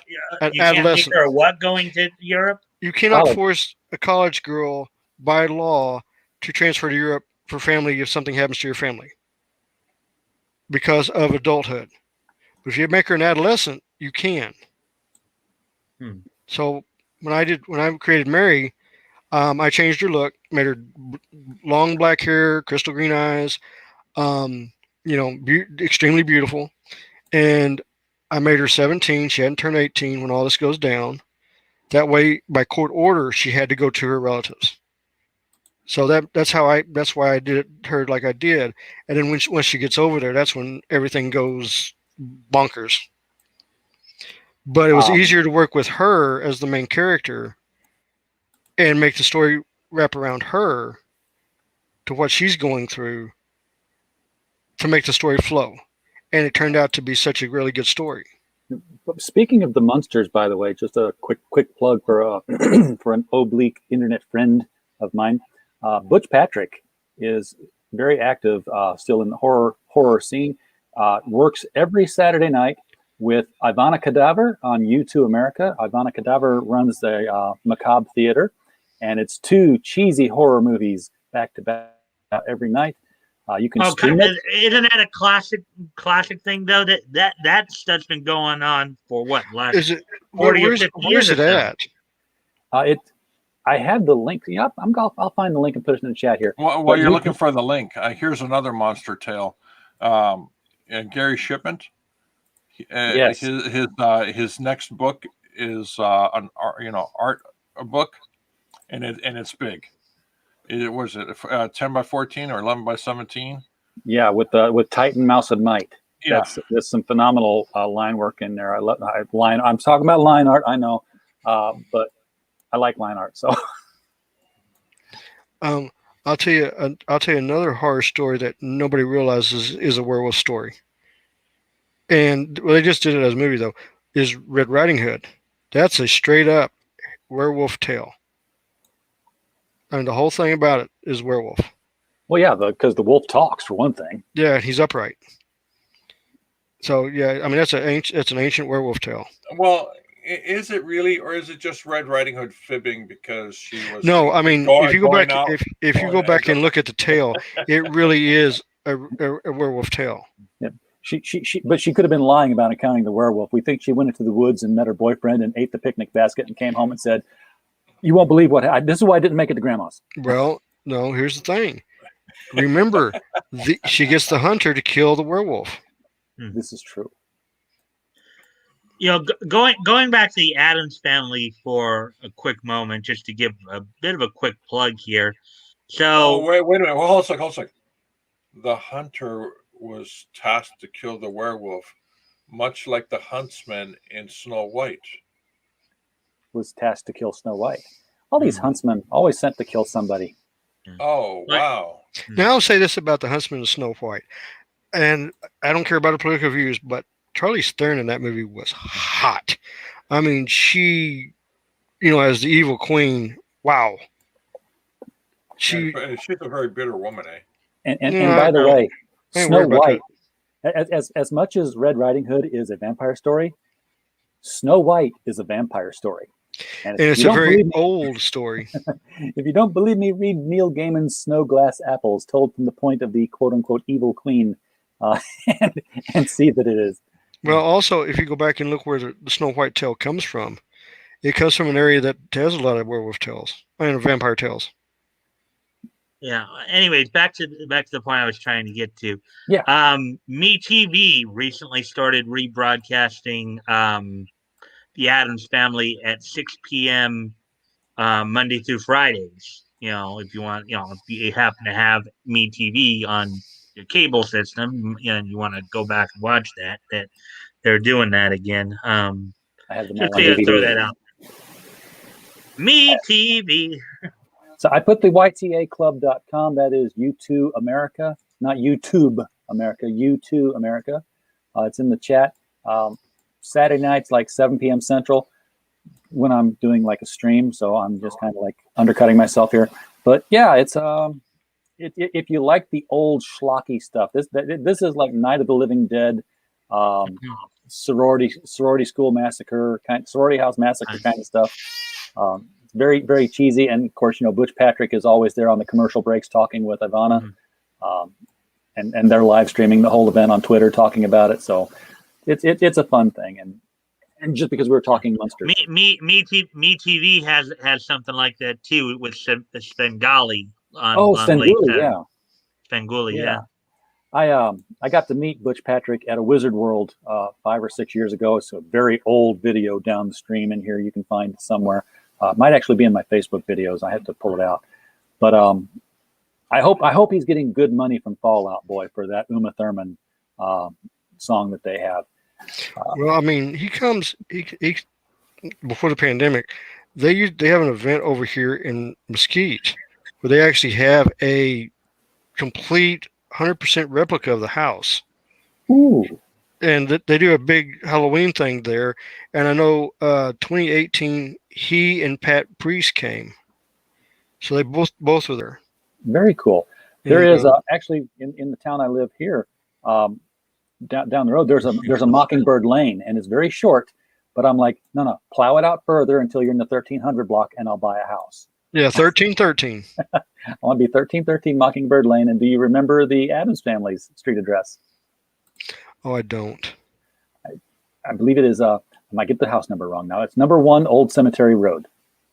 Right. I remember it's something Old Cemetery Road, but I can't remember. It was 1 or 13 or something. But the actual house for both of them on the Addams Family's house, just the bottom 2 floors are real. Everything else is a painting. Yeah. I just kind of was out of curiosity. I just looked up Butch Patrick and Pat Priest, on their Wikipedia pages. Because a lot of people probably remember them from their time on the Munsters and how young they were, and Butch Patrick is now 67. Well, Pat Priest wasn't that young. The girl before she's her 84 was now, Yeah. but she was Right. probably in her 20s when she Yeah, was but she wasn't the original Marilyn. What happened with the original Marilyn was she came out to California to see her boyfriend or something, and she ended up getting married to him and going back. She quit the show. Pat Priest came in, and she was about the same size because we're the same clothes and everything. So they just casted her because they look kind of almost identical and everything like that. But the interesting thing was Pat Priest's mother worked for the State Department and was like an ambassador to one of the countries or something during the time she was filming. Actually, speaking of incredible mortality, one of the things I've been doing kind of in my free time on the weekends a little bit is, I've been watching old Price Right episodes, right? Bob Barker. Yep. And I was thinking, is he still alive? And I looked him up. He's still alive. He's 97 years old now. He's almost 100 years old. Yeah, and he's but still alive. Mike, remember, Olivia de Havilland, who just passed away, was 104.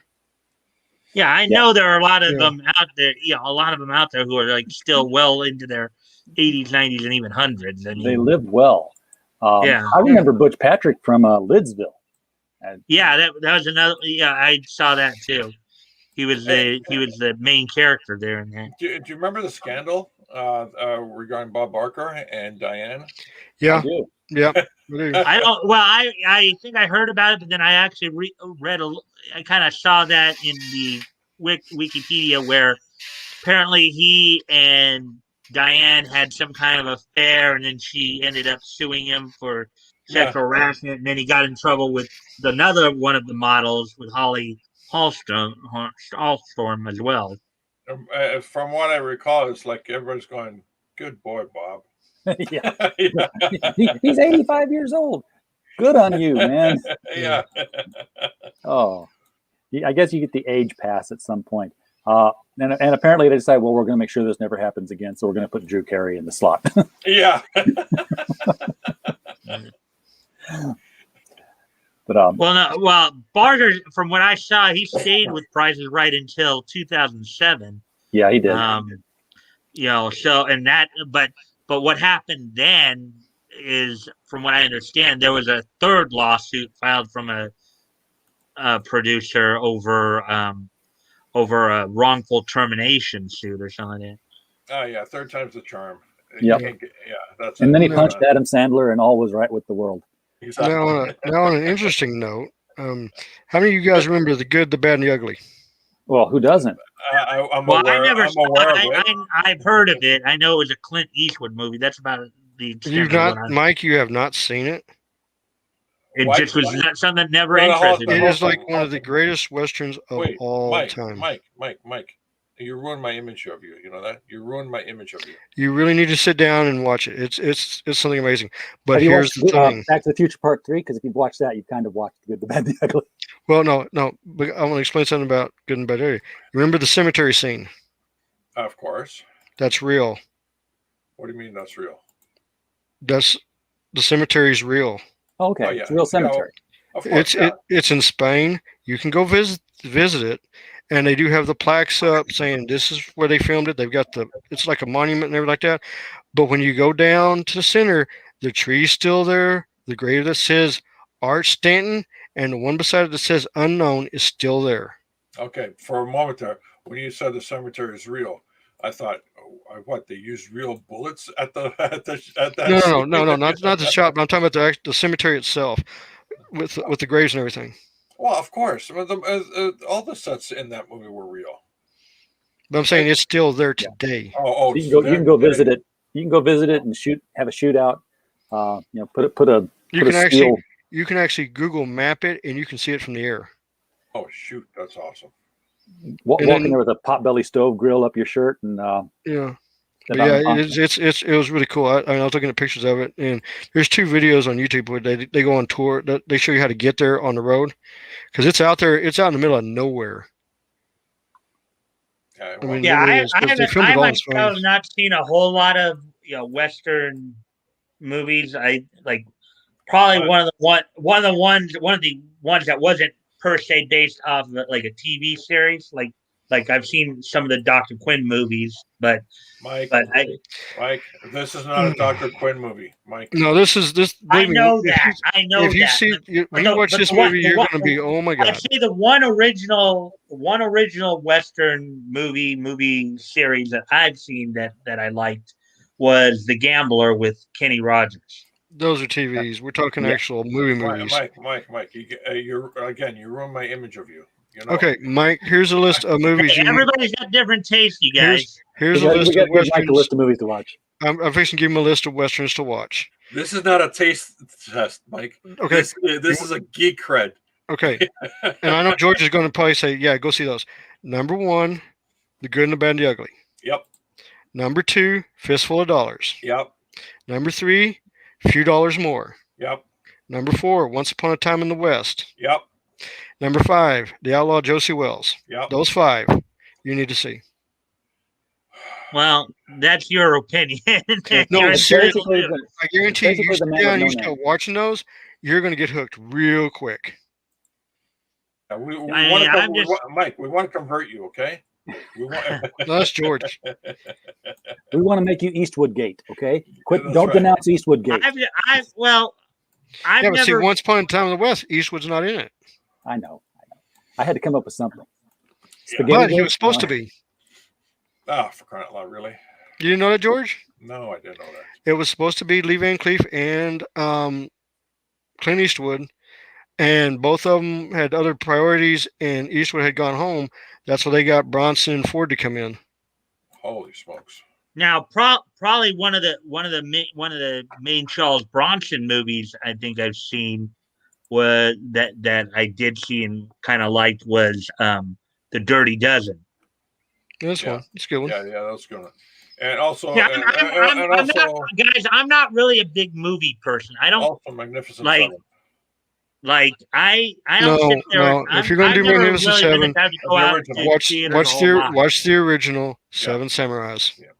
Yeah. If you're gonna watch you need to watch the original Seven Samurais. Yeah, but Bronson, eh? Come on, guys, what a schmuck! The guy turned down the roles that Eastwood took. You know, that made Eastwood. Oh yeah. Yeah, Bronson's Bronson. Hey, he did his movies. Bronson was fine in those 1970s grindhouse. Have you seen revenge the guy Bronson in his peak? The guy was just buff. He could kick the shit out of you just by looking at you. You know, that's how tough the guy was back then. But for some reason, some of the movies I've seen over the years include like Oh, some of the ones, Murphy's the Law. the Rocky series. I've seen pretty much. Haven't seen Balboa as many times, but I've seen like the first 5 Rocky series. I've seen many of the Bloodsport movies, as well as Best of the Best. Again, I'm not a big movie person. So RJ, did you get to check out that anime I sent you? I've started. I put a poll out there because I started getting Castlevania pushed at me. I was like, okay, should I watch Castlevania? Castlevania is not an anime. It is an American-made cartoon to look like anime. Well, then never mind. But right now, I'm still in the middle of Breaking Bad. So Yeah, as soon as I finish Breaking Bad, I'll move to the next one. I know the producers of Castlevania. Now, don't get me wrong. I think Castlevania is a very good show. I mean, I've seen the first 3 seasons. I actually own the first 3 seasons. I think they did an excellent job, but it is not Japanese animation. Yeah, and it's American. The thing that I don't like is when Netflix takes a Japanese animation and makes it a live action, because they always destroy the story. Oh yeah, I had enough people tell me not to watch the Death Note live action. No, don't. That I went and watched the Death Note live action. Oh, jeez, why? Yeah, that's so bad. Oh, jeez. The anime's good though. The Death Note anime is pretty good. Oh, it's Very excellent, but there's a place where you got to stop watching. because No, it jumps the shark when yeah. they bring in the second. No. There's a place. No. So excuse me. The live action Death Note, the place where you stop watching is just before the opening. Yeah. When the movie credits start to come up, when the image goes black, there's like you want the actual time marker. Okay, it's 0000001. Yes. Now you said frame. you know the producers of the Castlevania series. You know George has connections at Nelvana. I mean, it's on your curriculum vitae, right? Yeah. I'm Michael Hirsch. No, I will be honest. With you. I would love to see the Steins as an anime. I think it would be a really good anime. I mean, it would be. You know what you do? Here's the blueprint. You show that the book has sold at minimum 30,000 units, right? Because what producers look at, they look at the number, then they do a multiplier, right? And secondly, you create a pitch package. It doesn't have to be detailed. All it has to do is tell the story as you would tell it as an elevator pitch, and just say a few lines, show a visual, say a few more lines, show a visual, a few more lines, show a visual, and then you show your stats on the sale of the book, and that's all they need. At that point, they'll do a market analysis test where they say, is this enough for us to invest in it? Yeah, that's what I'm saying. But I'm gonna have to wait a little while. I'm probably gonna have to wait till all 3 books are out. Not really. You do the first book, and you get if your stats on the first book are good enough, that's all you need. Right. But I'm a little bit short of 30,000 units. Okay, well, get to 30,000 units. Yeah, come on, everybody, everybody hit that Amazon link now. What's the slack? Dude, a lot of books don't even get past the 10,000 mark. Yeah. Okay. How much money you have in the bank? Can you buy yourself, an extra 10, 15,000 books? That's how so many things get on the bestseller list at the New York Times. Well, how do you think? I know that story. I know what those guys did. Yeah. How do you think? Was it Cowboys and Aliens got made? No, I mean I know exactly how that happened. I know the whole story of that little stunt they pulled. Yeah, everybody knows that story. It proved that the New York Times is a joke. Of course it did. Gosh. Yeah, all these awards, book awards, all that stuff, bestsellers. The only New York Times bestseller list story that I remember and like and anything was Neil Gaiman tells the story of he's on a plane and it's a long trip and there's 2 old ladies in the seat next to him and he's reading and they're like, and what do you do? And he's like, oh, I'm a writer. And they're trying to be their, they're charming but laugh it off kind of thing. Says, oh, when are you gonna be on the New York Times bestseller list? And sort of a oh, someday they're expecting. He's like, last week, and then all of a sudden they were all over like, what have you written? What's the name of this book? American Guards? I mean, and they couldn't get it right because of his accent. Yeah, I didn't have that kind of thing, but I was up at the Half Price Books and just looking around to see if it was there, and it was 2 copies, and they had one on display. I saw, and so I'm talking with them, and there's a lady behind me, and the person at the register didn't believe that I wrote the book. So I took my driver's license out, showed her my driver's license, and I told her to open up the hardback inside. You'll see my picture. And she's like, holy crap, it is you. So the lady behind me goes, you wrote the Steins? I go, yes. She runs out to the car, gets her copy, and comes back in for me to sign it.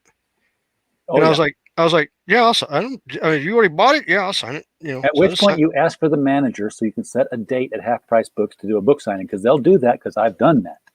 Well, no, I did do a book signing. That's how I got the book signing at Half Price Books. Yeah. But I've done one at Half Price Books. I've done 2 at Barnes & Nobles. I haven't done any at Barnes & Nobles because the one time I was getting ready to set it up, they only do, at the one I'm at, they only do them twice a year with local authors. And I got in right after the first one was already filled up and they're like, well, hit us up in 5 months. And 4 months later, COVID happened and nobody was doing anything. Yeah. So like going to wait until people can get in stores again. Yeah. Recently I had started, as part of my stuff I watch, during the day and evening and stuff like that. I had recently started to watch the Ruby Spears production of the Superman 1988 Superman cartoon, That the is one that well Ruby done. Spears did in '88. That was now they even stated that was the first one done after the Crisis reboot, right? Yeah. And one of the segment one of the segments on there known as Superman's Family Albums. Those are pretty fun. Those are pretty interesting and funny watching how they're trying to keep Clark's secret Because they did as the a super little baby kid. things. But you Yeah, know, those were they took a lot of that stuff from John Byrne concept. they did, and Well, you yeah, know, it's exactly. Well, yeah, that exactly. That was what it was based on, and that's what I think a lot of the '90s DCAU was based on too, was post-crisis stuff.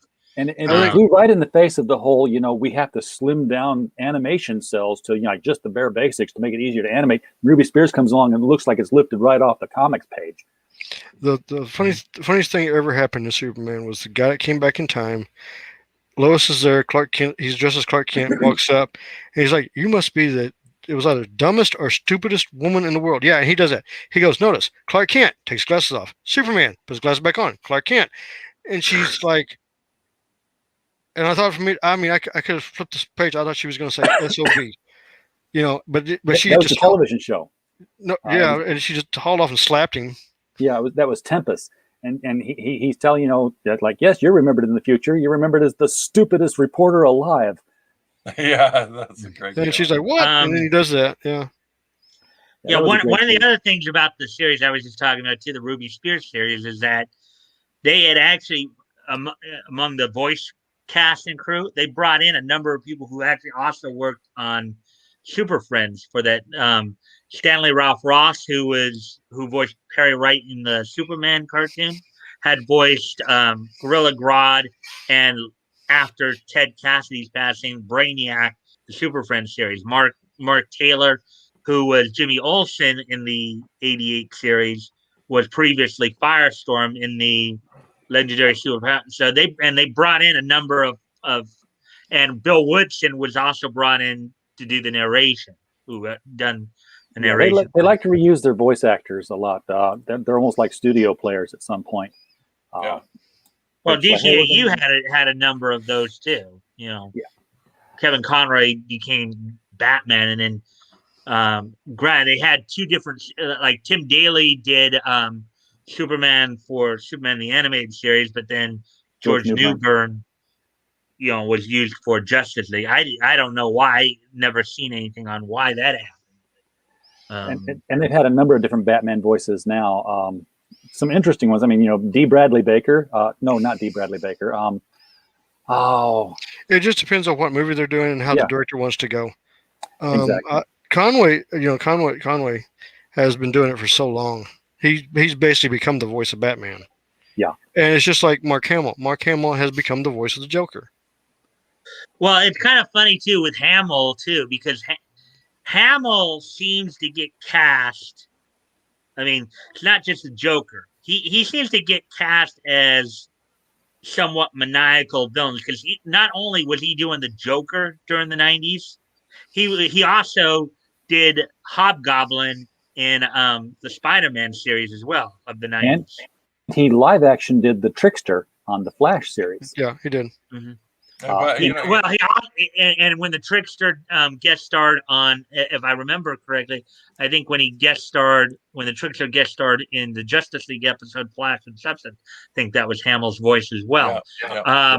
Also from what I remember too, from what I remember reading his credits, Hamill also did the main antagonist for, I don't remember the exact, Super Robot Monkey Team or something like that.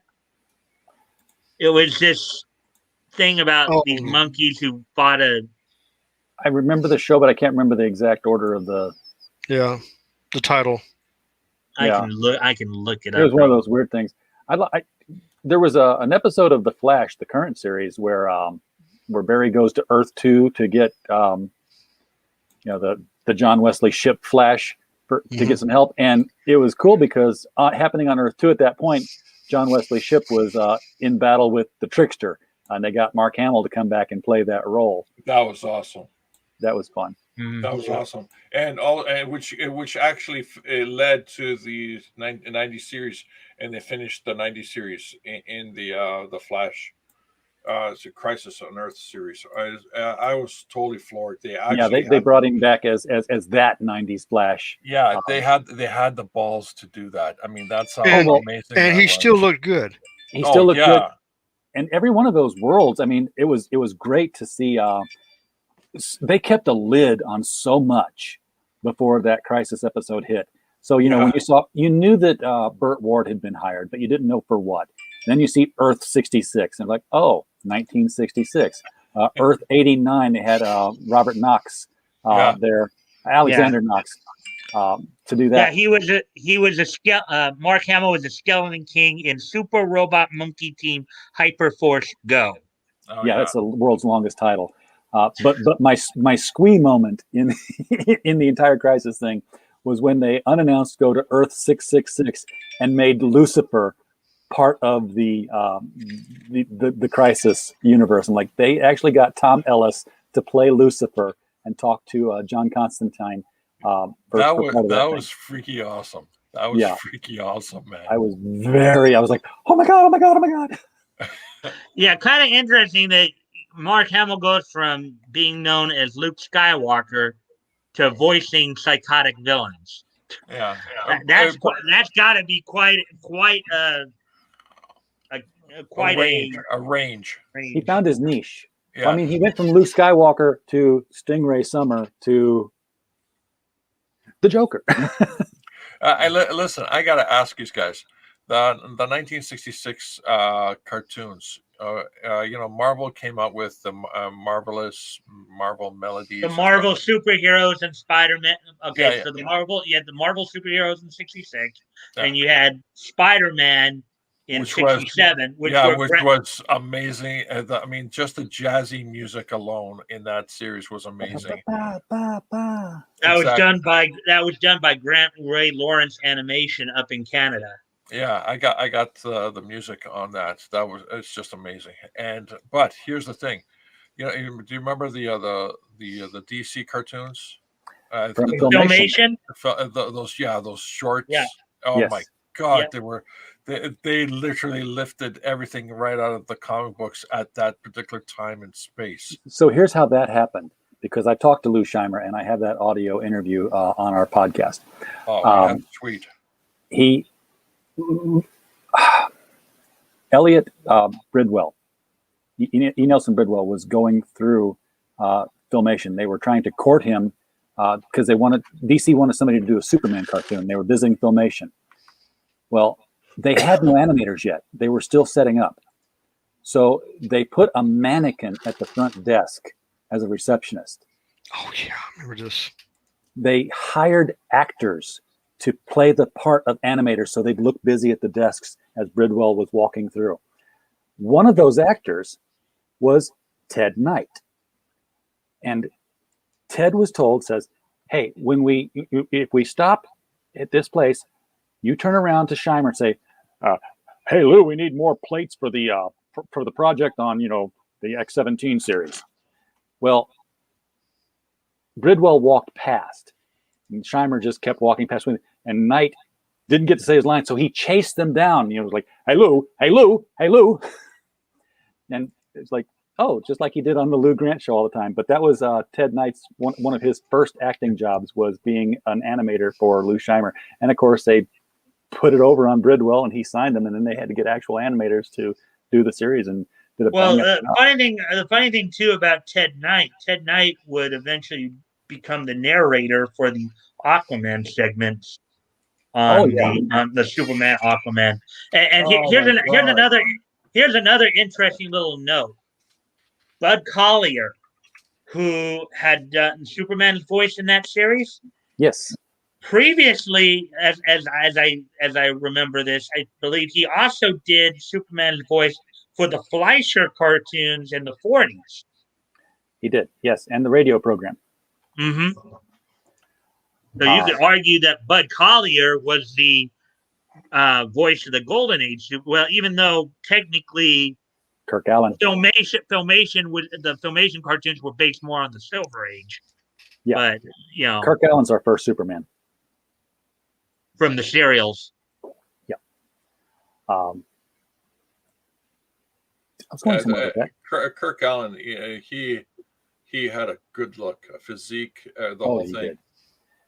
You know what I would really love to see? Have you seen the Superman versus the Incredible Hulk cartoon on YouTube?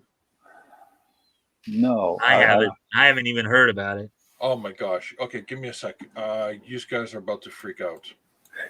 I have the Batman versus the Incredible Hulk comic book, the oversized edition. That one was a lot of fun, back from the early 80s, maybe even late 70s. Now that I think about it, but it was fun.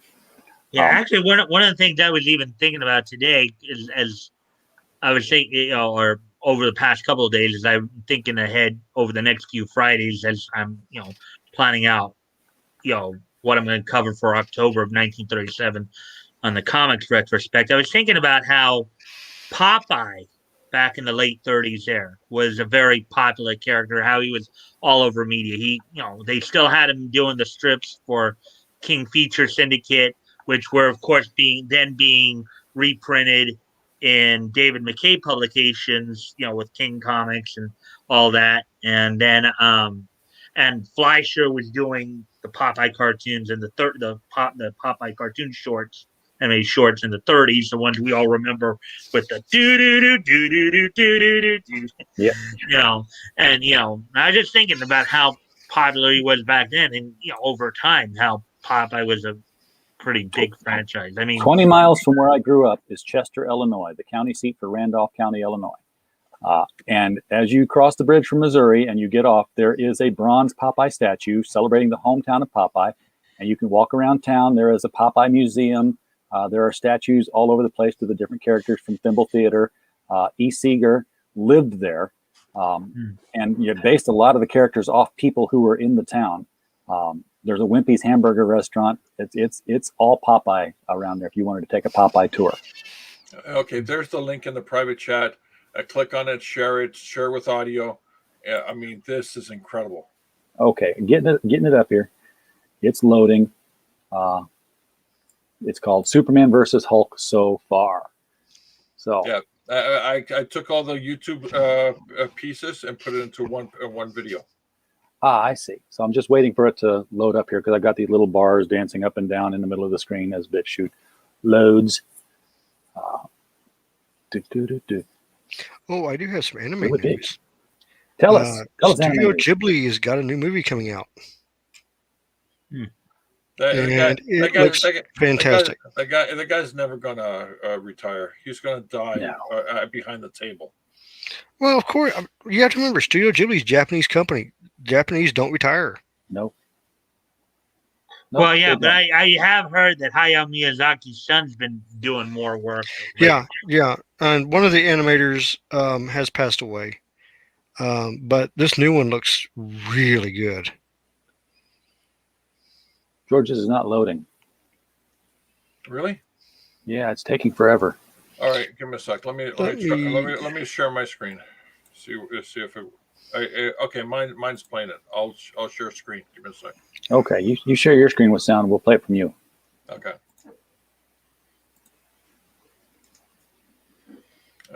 Screen. Audio. We're getting you later. I'm going to have to bring out the puppet. Okay, there we go.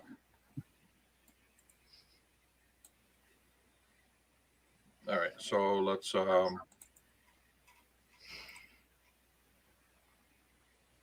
I hear nothing. It's give it a minute. The audio's there. But yeah. No, this all animation test. That's right. Okay, so there is no sound. Okay, yeah. There you go. You hear that? Yeah, I hear the wind.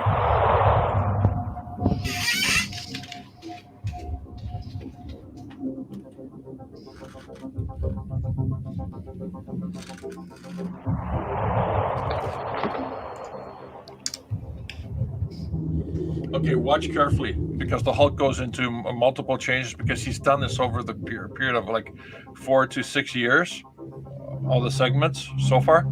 but he does a great Christopher Reeve Superman. I had a different picture there all of a sudden.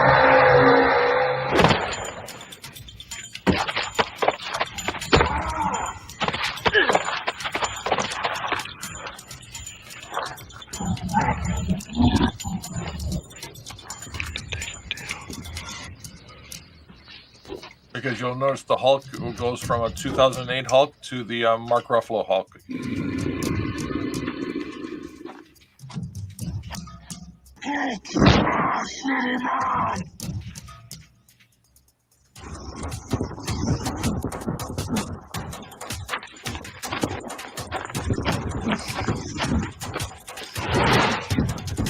Imagine if they actually did a really great 3D render of Christopher Reeve, and they did a Superman movie. That would rock so hard. Oh man.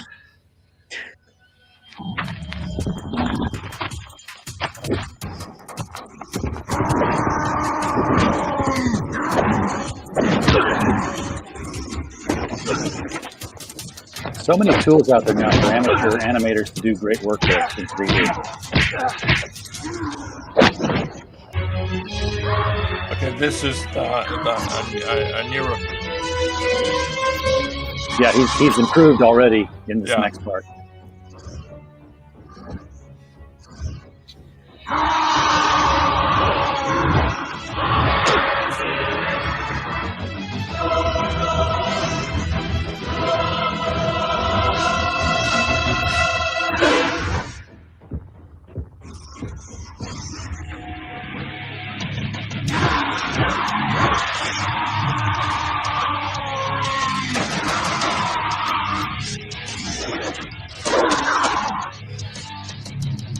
Kind of funny how Hulk is catching Superman's heat vision there, considering that Superman somewhat did the same thing to Darkseid in their final fight scene in Justice League Unlimited. Yeah. Well, a different person, different anime, so. Yeah, and notice how the Christopher Reeve Superman, they're being minimalistic in the Superman movements and all that stuff, like Christopher Reeve would be. Yeah, there's no superhero landing taking effect there. Yeah.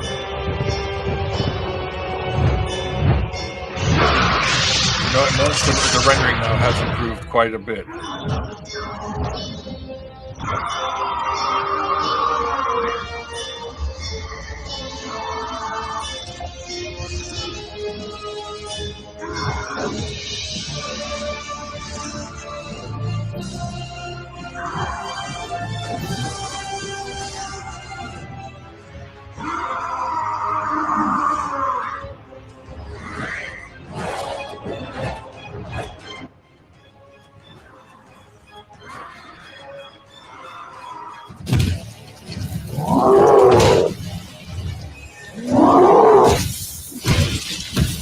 Oh, this is my Injustice scene where they found him through the middle of the earth.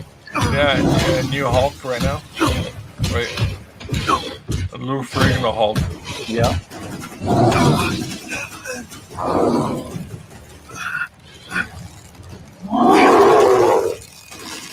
Eventually, it will morph into a Ruffalo Hulk.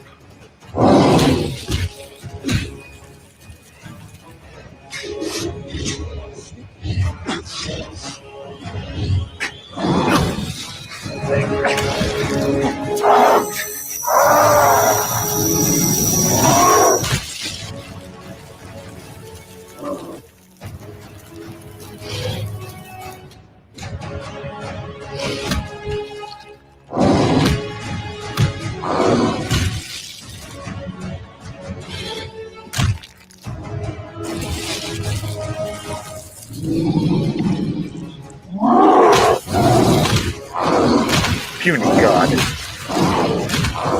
Yeah, obviously, this was done after the Avengers movie came out in 2012. Yes. Now that's more like it. Look at the rendering on Superman now. Much more naturalistic.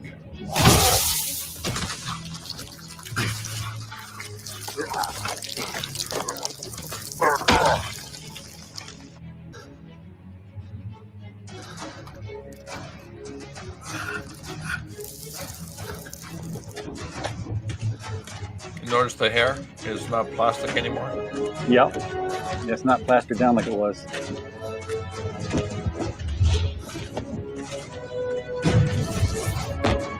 That would have been awesome to see Christopher Reeve in real life.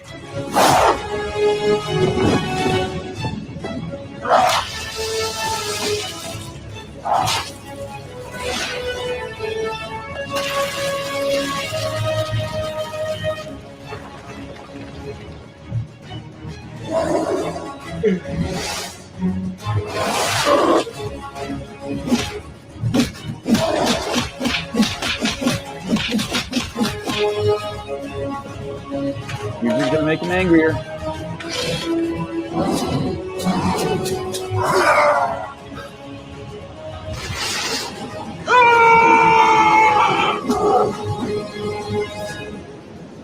Yeah, just fly him in space and dump him.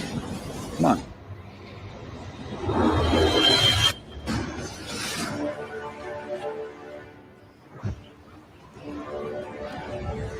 Isn't that That's what amazing? Captain Universe did. Yeah. Look at that, eh? Just the cinematography. Keep going. So they're in the upper atmosphere now, so Hulk had better get him back down to Earth, or else he's going to run out of air. Yeah.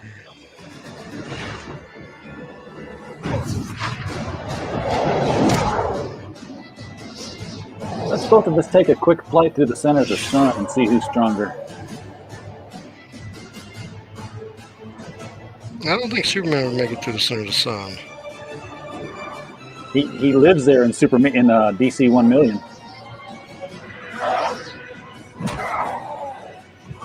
In the final episode of the Superpowers Team Galactic Guardian, they sent his, after he was supposedly killed by kryptonite radiation poisoning, they sent him in his casket into the sun before finding out from one of his robots that he was able to place himself into a Kryptonian state to slow down his metabolism, to slow down the effects of the kryptonite poisoning.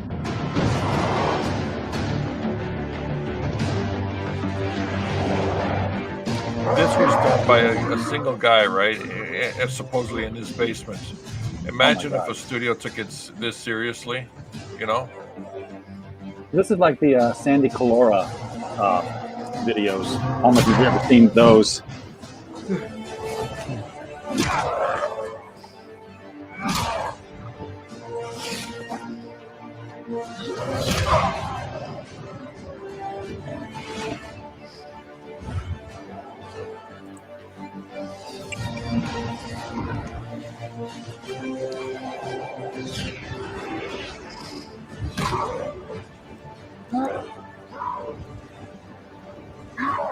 A new Hulk.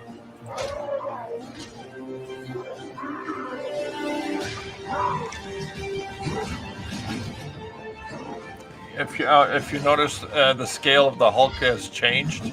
Oh yeah, he's getting fatter.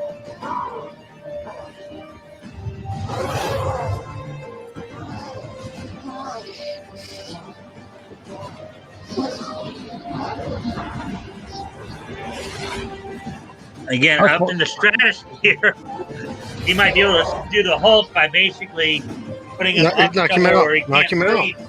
Yeah, that's how Batman. That's what Captain Universe did to him. Even Batman just gassed him and then kicked him in the stomach to make him inhale. Yeah, exactly. Double kick it to the stomach.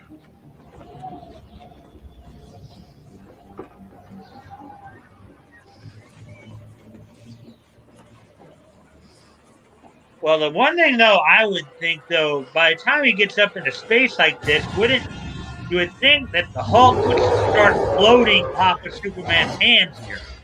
No, because the momentum that Superman's pushing is, with no atmosphere, is still pushing him that direction. Yeah, they're still. Now, if he gets away from Superman, he's going to float. Okay, see, now here's the thing. That shouldn't have happened. Yeah. That should not have happened. Yeah, but here's the thing. Superman could have just threw him into space, Yeah. Could have and should have. But what I'm saying Okay, is, just he's first, got your legs. Just fly. Okay, look. The scale of the Hulk changed now. yeah. But the thing about it is, without any atmosphere or pressure, the shockwave would have never gone off because there's no sign in space, so that wouldn't have happened.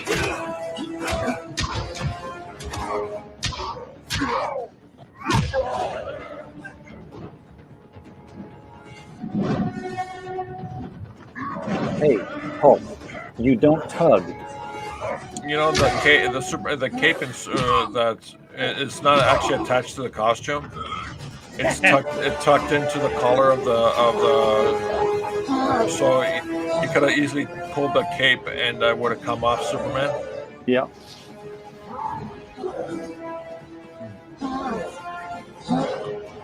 How much more is on this, George? You got the gauge on your side. Because I got another video queued up here. Okay, it's almost done. Okay. Terminal velocity. And I got one for you. Now it too, actually looks like CJ. Superman's got him in a sleeper hold right there. I think he's trying to put pressure on the carotid artery right there. It looks like. We're gonna have a. I was waiting for the kaboom, the earth-shattering kaboom. Okay, there you go. All right, I'm gonna share this one real quick. If anybody hasn't seen Sandy Calora, this is over 20 years old, and I'm gonna have to unshare it now because I bet I didn't share the sound. I'm gonna share it again just to be. What a pro! What a pro! This guy's such a pro. I probably how clicked long it, you but been on YouTube? 3-4 days? I don't know, a couple of days. I'm figuring it out. So this is basically Sandy Calora doing a screen test just to show what he could do when he was in college. And he did this thing with Batman called Dead End. Oh yeah, I've seen this. Yeah, I've seen this one. Yeah, this is the costume. And the guy who acts in it too. My God. Yeah, but I've seen the whole thing here. Yeah. This is Shannon Cobb reporting from Arkham Asylum, where the scene can only be described as horrific. Two guys and find the Joker has escaped from the maximum security holding. It's choppy. Is that your internet connection? Probably, since I'm playing and streaming, so I'm taking it in and out. You want me to you share the link? I'll play it off of my end. Yeah, I can do that. It's not that long though. It is 8 minutes. So here, I'll bring it down. Pass him the link. Show mine. Mine's only 51 seconds. Yeah. All right. Gotcha. Okay, this is the new one coming out of Japan.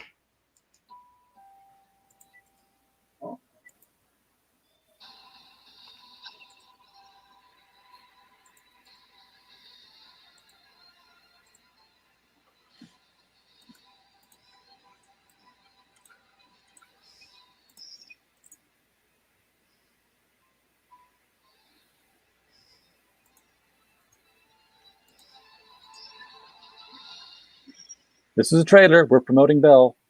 We're not trying to steal it. Very nice. And that was short. Yeah, it's short. I mean, that's it. So, like I said, that's coming out this year. I don't know when, but it's supposed to be out this year. I'm looking forward to it. Studio Ghibli always does good stuff, and then Disney buys it and doesn't show it anywhere because they're trying to kill it. All right, I'll let George play it. Sounds kind of like what Funimation apparently tried to do to interspecies reviewers. There you go. You got sound right? Mm-hmm. I'm hearing it. See, look at that costume. Everything up until that point before had been armor. This was the first costume that looked like a Batman costume. You know, if a guy needs armor like Batman or Iron Man to fight criminals in a city, that city is really messed up. They should bring in the army. Yeah. Those functioning gloves. None of it's hard plastic. Just the costuming alone was worth it. He looked like he stepped out of an Alex Ross painting. Yeah, exactly. And especially when he was getting dressed, you only see his back. Yeah. You really want to see a good one sometime. Look up the trailer for the movie that doesn't exist called Grayson. That's an excellent. Yeah, that's a really good one. Yeah, that was good. Oh, you're right there. That's like an Alex Ross painting. That whole scene. Yeah.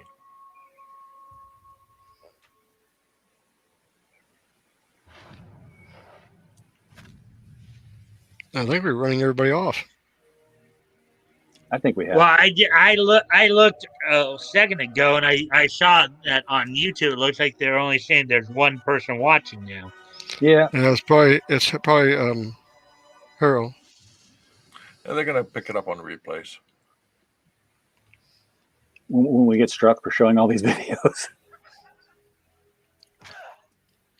Maybe not, because you're not making any money on it.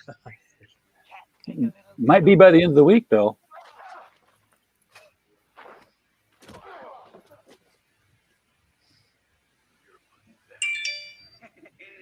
that's rich, coming from someone who runs around in the dark, wearing a cape. Is the audio up? That's better. Both wear masks. Look at my face. This is who I am. My mask is permanent. You have a choice. You made your choice a long time ago, Joker. No! You did this to me, and you condemned me to that asylum like some bastard child that you refused to take responsibility for. That's why you'll never kill me, Bats. You made me. Daddy. Criminal scum like you made me.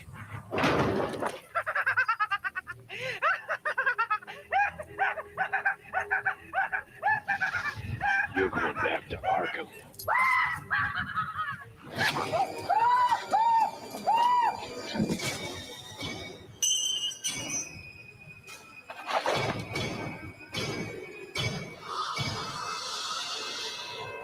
That was unexpected.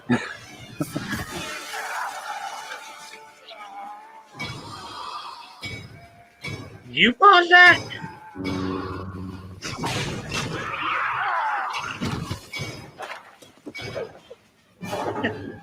Oh man. You almost have to wonder if the alien wanted to eat Batman or do something else with him. Yeah, he's down on the ground.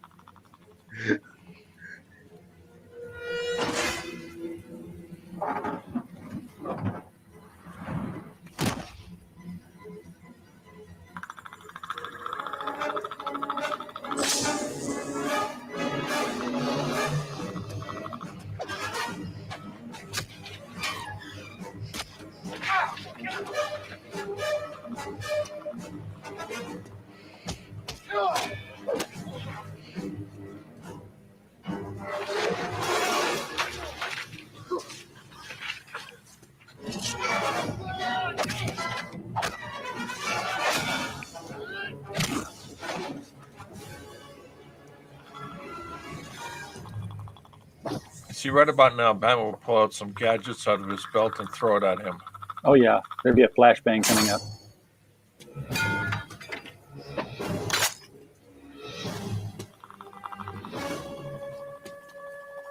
An alien creature he's finding sounds more like a cricket or something. That's Predator.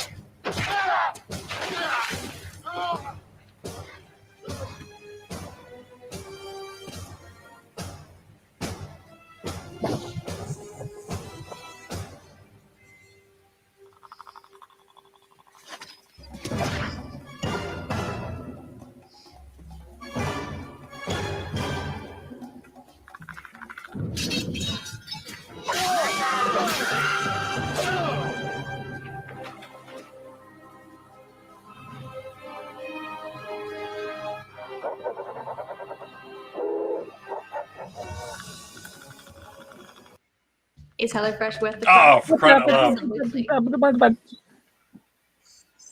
Skip.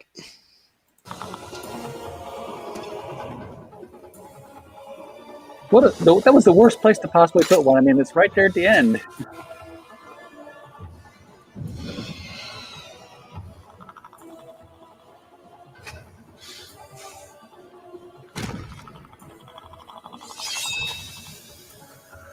Surrounded by predators and xenomorphs. Yeah. Still holds up. Still holds up. All right, gentlemen, it's been 2.5 hours. I say we call it a night. It's been Yeah, fun. I think we've basically run the gamut of stuff we could talk about. So, Which was just about everything that we could think of, yeah. including getting a little Mother's Day stuff in, with me bringing up like some classic characters, some maternal figure characters. Yeah, get the Mother's Day stuff in. It's a good topic we should have covered today. So, guys, thanks for popping in. Appreciate you being here on the open mic night. Folks, what you're watching, I like it. As I've always said, I always like doing these panels. So. You never know what's going to happen. It's just whatever pops up, we'll throw it out there and talk about it. Folks who are no longer in the chat, we appreciate you having been here.